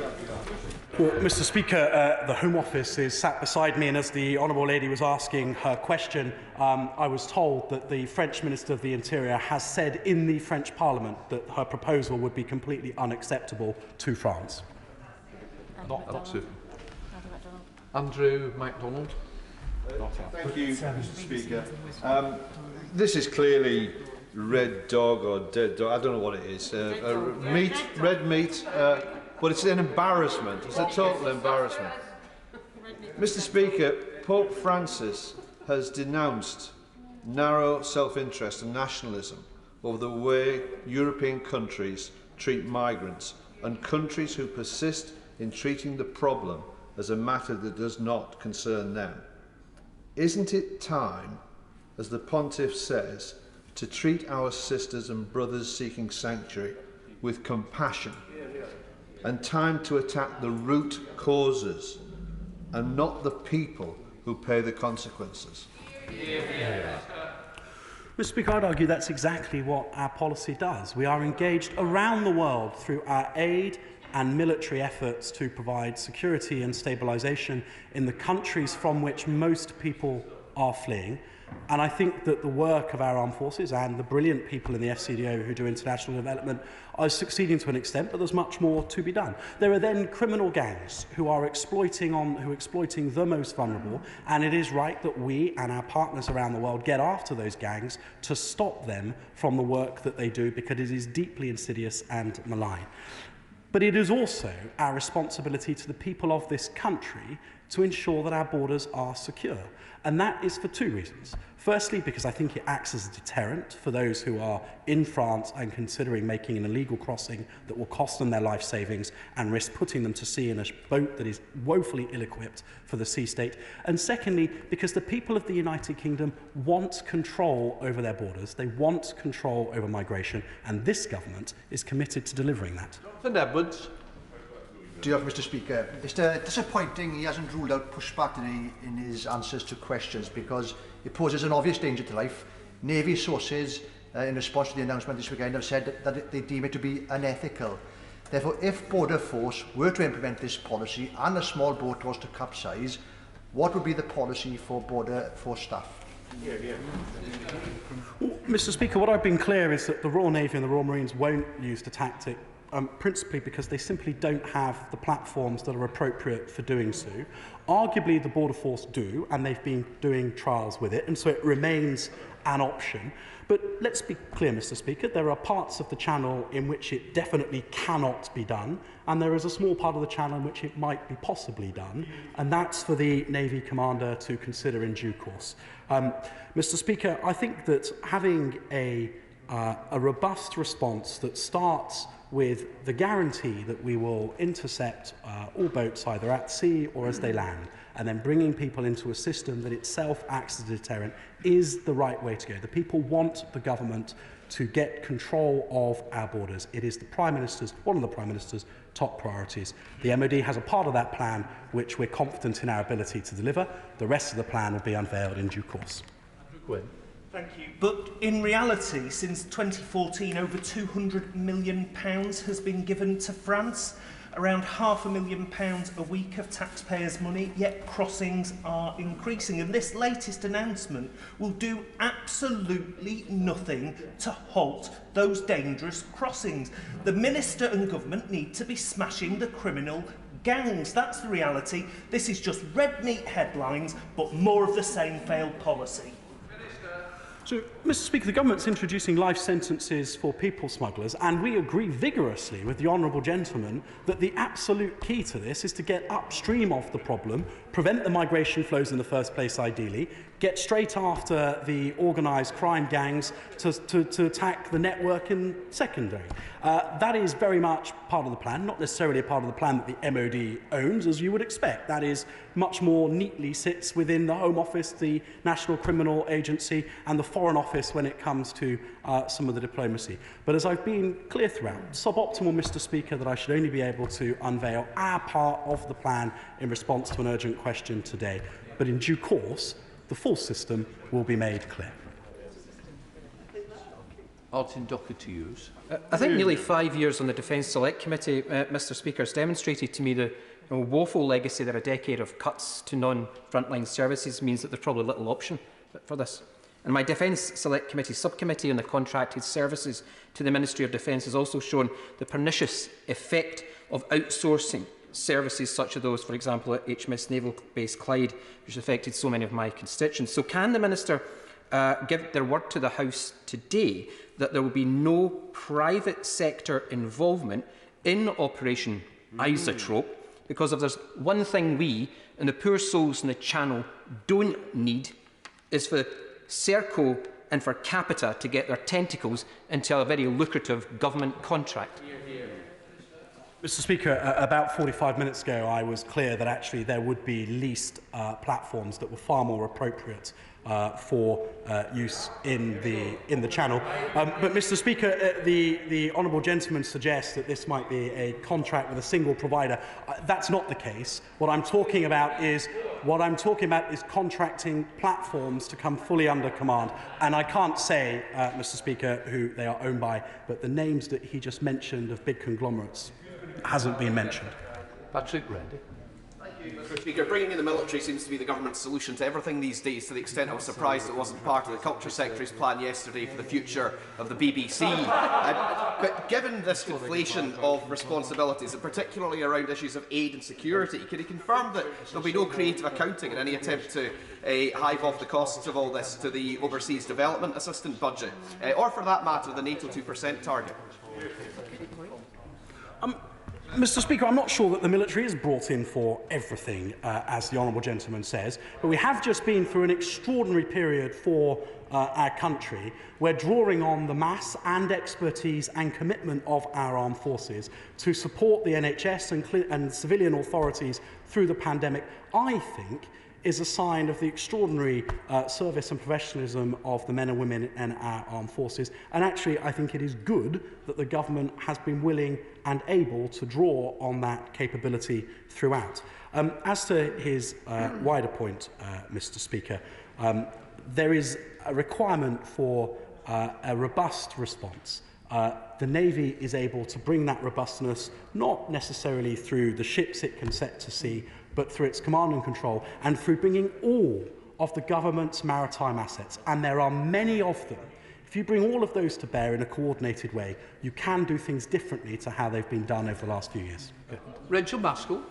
Thank you, Mr. Speaker. We must remember we're talking about 25,000 people that came to the UK in this dangerous way last year, an increase threefold on the previous way. So it's proving that government's plans are simply not working. The only thing, in fact, we do know is that if you create safe routes, it takes away the trade from these criminal gangs. So why is the government making the situation worse without having clear objectives rather than addressing the real problem?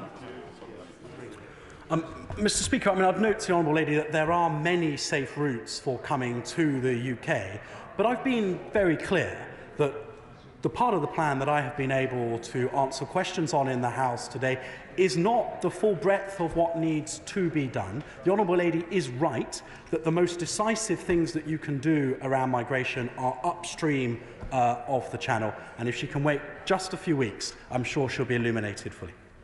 Jim Shannon.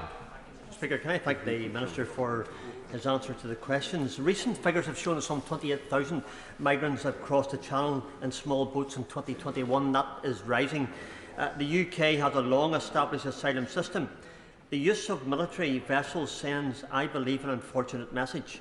There are many civilian companies every bit as efficient, so can the Minister confirm that coordination between our Borders Force, other vessels in the Channel and civilian companies that have the capability, the expertise and the talent to do the job, and that could be, Minister, a much better solution?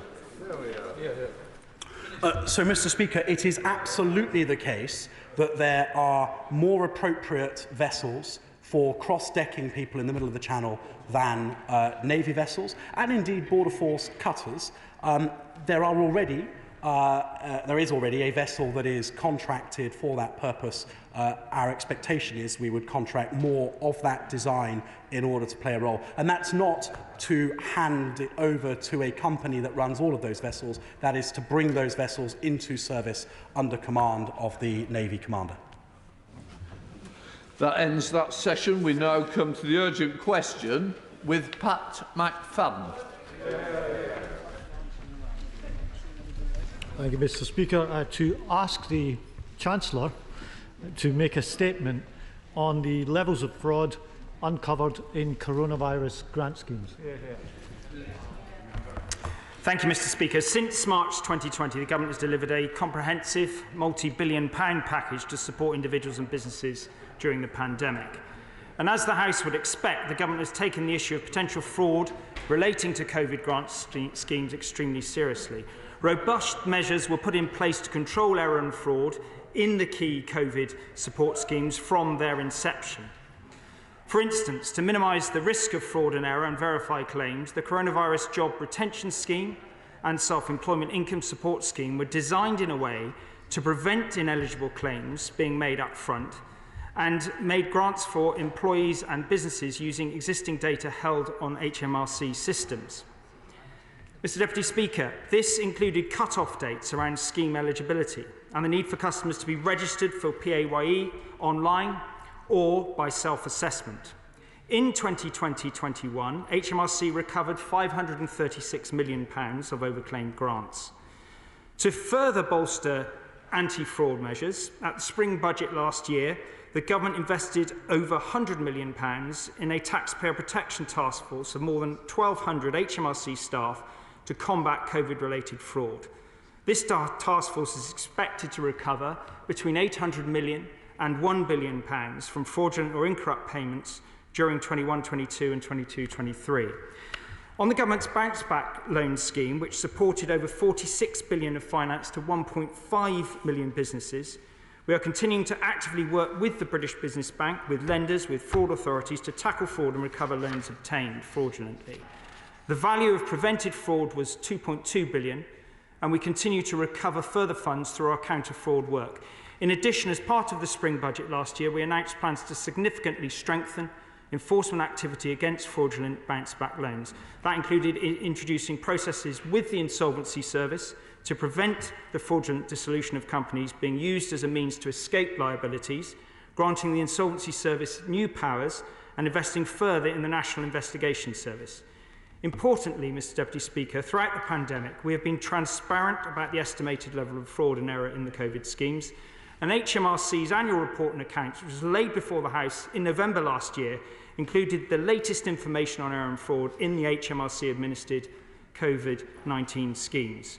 Figures on estimated losses under bounce-back loans, including those due to fraud, were published in the BEI's annual reports and accounts. Mr. Deputy Speaker, given the unprecedented efforts the Government has made to protect jobs and livelihoods during this pandemic, it would have been impossible to prevent all related fraud. However, we have taken reasonable steps and will continue to do so to deflect and combat that fraud, and we will continue to be vigilant. Thank you. Thank you, Mr. Deputy Speaker, and I'm grateful to the Minister Last week, the government confirmed it expects to write off around £4.3 billion of the funds allocated to coronavirus help schemes. No press release, no Instagram video, no statement to this House, no sight of the vanishing Chancellor at all, just buried away on the government website. The Minister said, and the government website repeats the claim, that from the beginning, robust measures were put in place to control error and fraud in the key coronavirus support schemes. If robust measures to prevent fraud were in place, why did they fail to this shocking degree? In November, the head of HMRC estimated that around half the money lost could be recovered. Why is that estimate now been downgraded to only a quarter of the funds? Why is the government giving up so easily and not doing more to track down the money rather than allowing it to remain in the hands of the fraudsters and the criminals who have stolen it from taxpayers? Mr Deputy Speaker, £4.3 billion is a huge sum of money. It's enough to take hundreds of pounds off energy bills this year for every household in the country. It's about the same annual amount as the Chancellor took off people on universal credit in the budget in November. It is roughly the same as half the annual policing bill for the whole country. Mr Deputy Speaker, this write-off of £4.3 billion comes as households are facing a cost of living triple whammy of rocketing energy bills, the Chancellor's tax increases and a decline in real wages. And coming on top of the billions wasted on crony contracts and the amounts lost in loan schemes, these levels of waste destroy any claim that the party opposite had to being careful stewards of the public finances. So will the Minister now launch an investigation into how this happened and do more to recover this money from the fraudsters who stole it in the first place? I thank the right honourable gentleman for his comments, and I'm very happy to address them. I think the first thing to say to the House this afternoon is that we are not writing anything off. The figures quoted are what we expect the taxpayer task force to recover in the next 2 years it will exist. HMRC has longer to address fraud in the schemes, which it will do in the context of the wider compliance activity. So this figure of the 4.3 billion, this is not a figure produced by HMRC.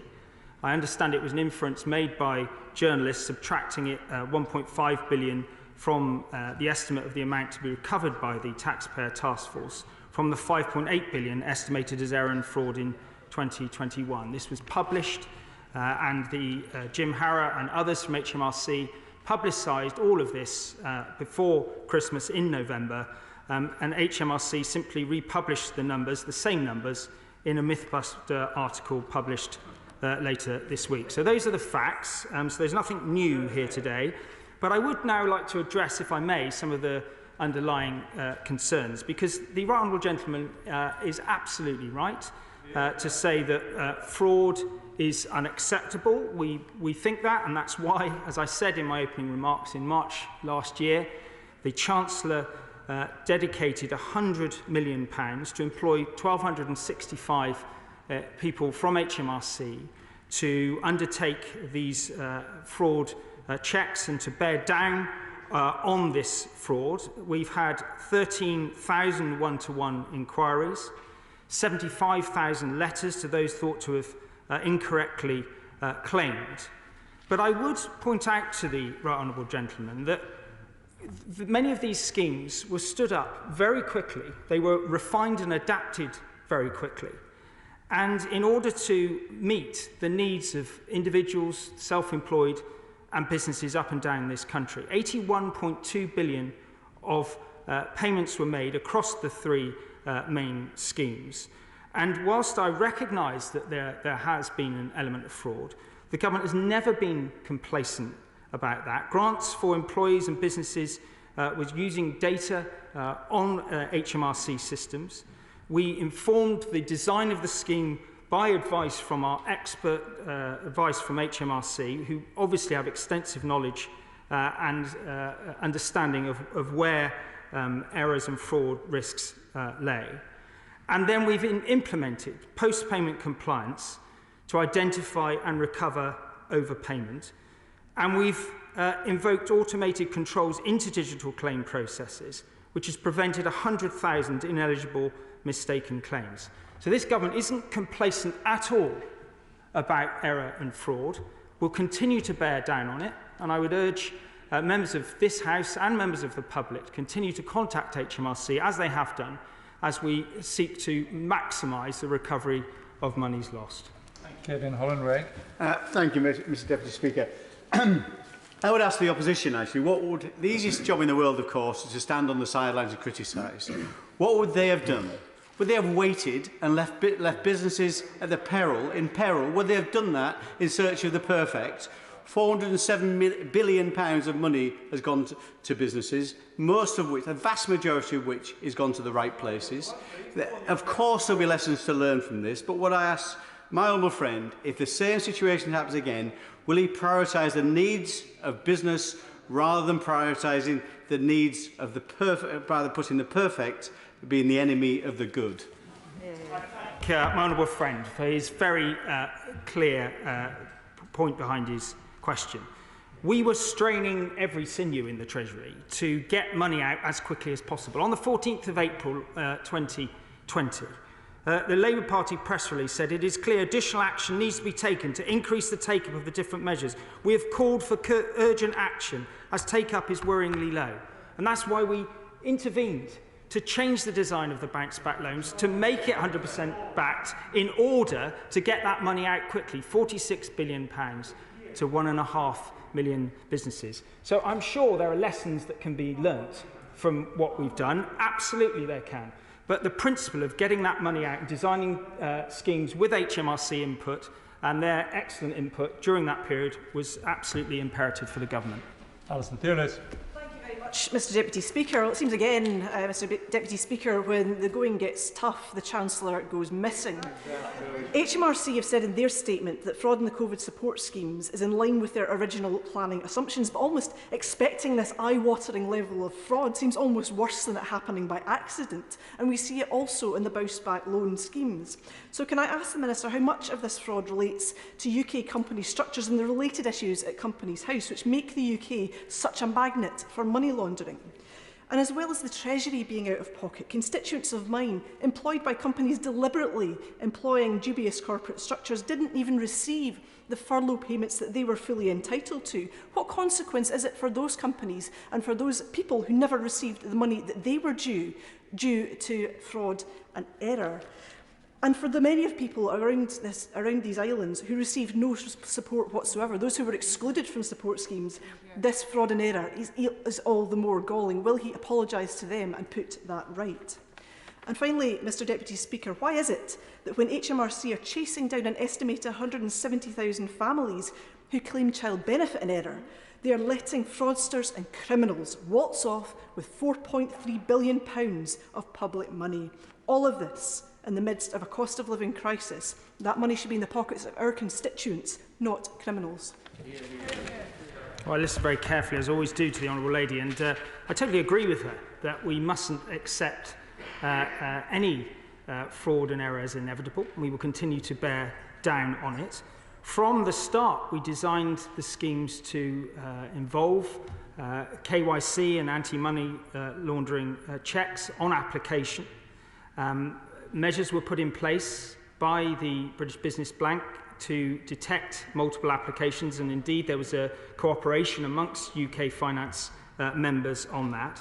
And then subsequently we've developed further interventions involving the National Investigation Service, the Insolvency Service and Company House data to prevent rogue company directors escaping liability. And we will continue to bear down on the fraud that may have occurred.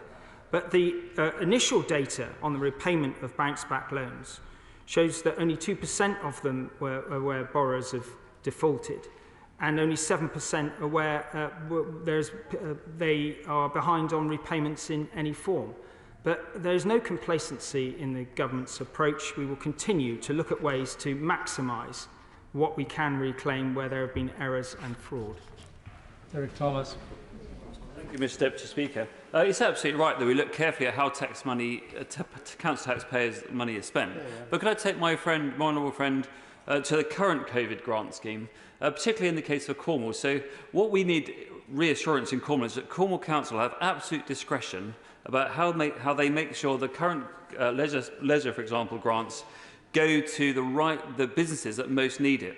At the moment, they're saying they have to pay the money to whoever applies, irrespective of how well their business is. My understanding from the government is that if your business is impacted by Omicron, staff shortages, or reduced consumer demand, that's when the grant is paid. Could you confirm? Could the Speaker? Could my honourable friend confirm to me and to Cornwall Council that actually it's for them to ensure that the money goes where it's most needed and as the government intends? Well, I can certainly confirm that the intention behind the range of interventions was to find the most appropriate delivery mechanism for these different support payments. And obviously we work with local authorities to give them that discretion. And every local authority will need to be held to account for how they've decided and determined to make those grants. And obviously he's made a very clear case for where those priorities need to lie, and we're very clear about what was intended behind those grants, but it will be for local authorities throughout the country to make those decisions in the right way. Nick Smith.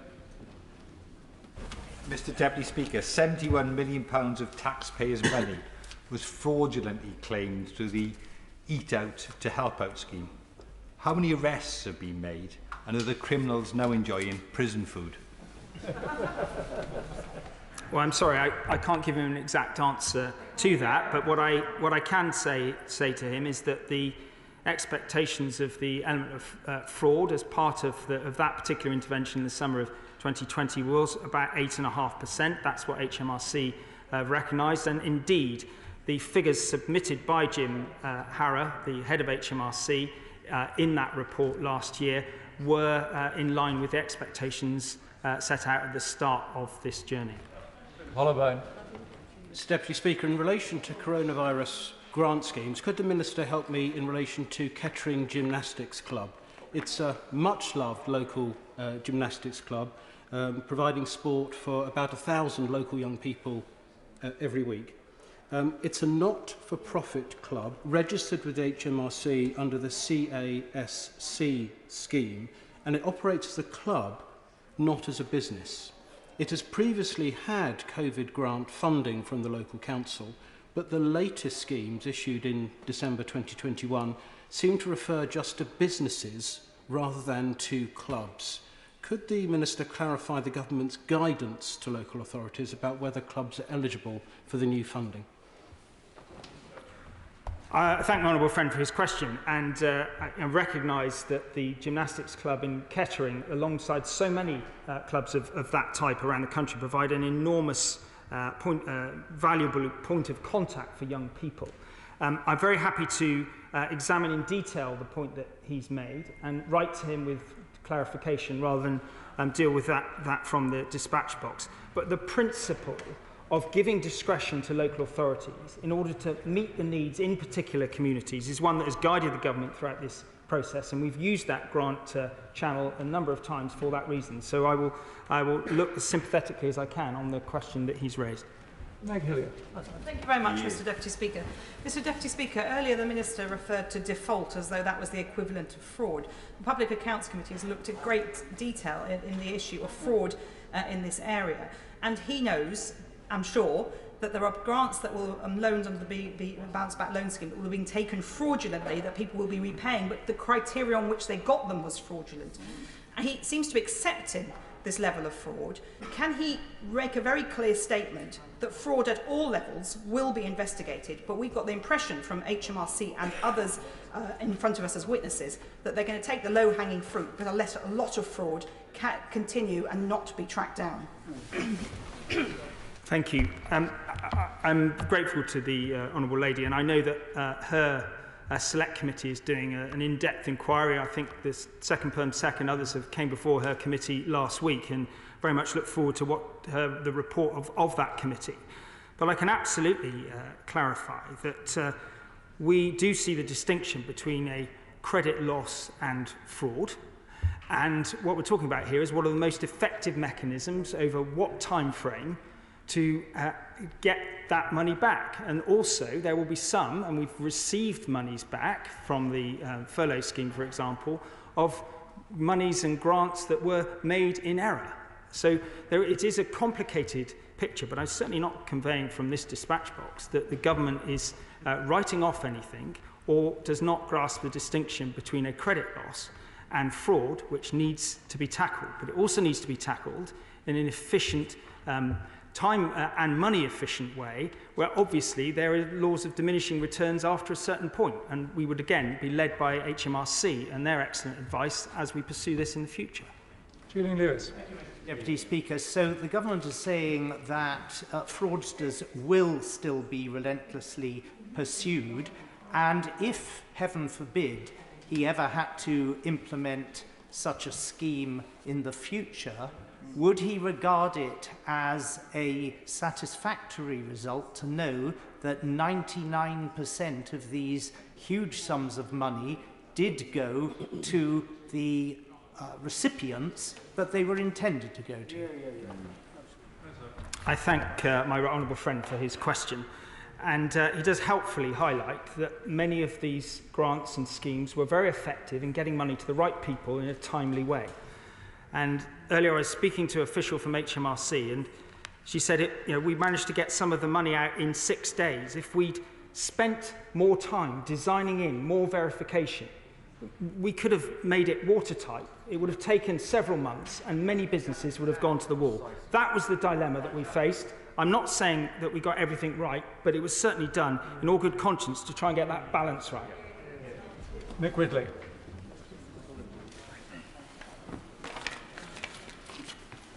Thank you very much, Mr Deputy Speaker. The announcement that no action will be taken to recover the nearly £4 billion fraudulently claimed from COVID support schemes stands in stark contrast to the government's treatment of some of the poorest people in my constituency who had their benefits cut off and even been chased through the courts for making the most trivial of mistakes when claiming benefits. Will the Minister concede that there is a double standard when it comes to holding the rich and powerful to account, whether for breaching lockdown restrictions or even downright fraud? And will he also commit to providing redress to my constituents who have suffered so enormously as a result of this government's heavy-handed approach to accidentally misclaimed benefits? I thank the honourable gentleman for his question. I don't accept the premise of it. The estimations of the amount of fraud is broadly in line with what we see in other departments, including DWP. There's no complacency here. There's a desire to iterate our response, to use insights into behaviours to try and examine all avenues to reclaim this fraud, and we will continue to take that approach fairly across all the schemes. Toby Perkins. Thank you, Mr Deputy Speaker. It's interesting to hear the Minister confirm what I've often believed, that it was the pressure from my colleagues on the Shadow Treasury bench that forced the government to extend the actions that they were proposing to support businesses. I'm glad that he's confirmed that. But in terms of the specifics of this case, doesn't it say everything about this Chancellor that he would have a scheme here in which he's willing to write off £4.3 billion and not have the courage to come to this place and actually respond to the question my honourable friends asked? I thank the honourable gentleman for his question. I've been in the Treasury for over 4 years now, under 3 Chancellors, and I've supported all of them to the best of my ability, and I'll continue to do so. What I can tell the honourable gentleman, is that the Chancellor is absolutely committed from the start to design the best possible scheme to get the money to support businesses and individuals up and down this country. And since then, the investment in that 100 million of extra personnel for HMRC was designed in order to maximise the recovery of fraud. The work on duplicate application checks, the changes in director information, the HMRC turnover check, all of these insights were designed to minimise the amount of loss to the taxpayer. That governs his approach, and it governs the approach of all ministers and officials in the Treasury. Stephen Flynn. Thank you, Mr Deputy Speaker. What does it say about the integrity of this Tory government that they are willing to write off billions of pounds worth of taxpayers' money, whilst at the same time cutting the incomes of millions of people on universal credit during a cost of living crisis? This government made a range of interventions to support people in different forms, in different ways. We were always clear from the very start that we wouldn't be able to help everyone. And indeed, one of the issues that we had to reconcile was verification of people's identity and status. Indeed, a measure to prevent fraud, which stopped some people, arguably, from accessing the benefits of some of these schemes. So I don't accept the premise of the honourable gentleman's question. Matt Weston. Thank you, Mr Deputy Speaker. The Minister will be aware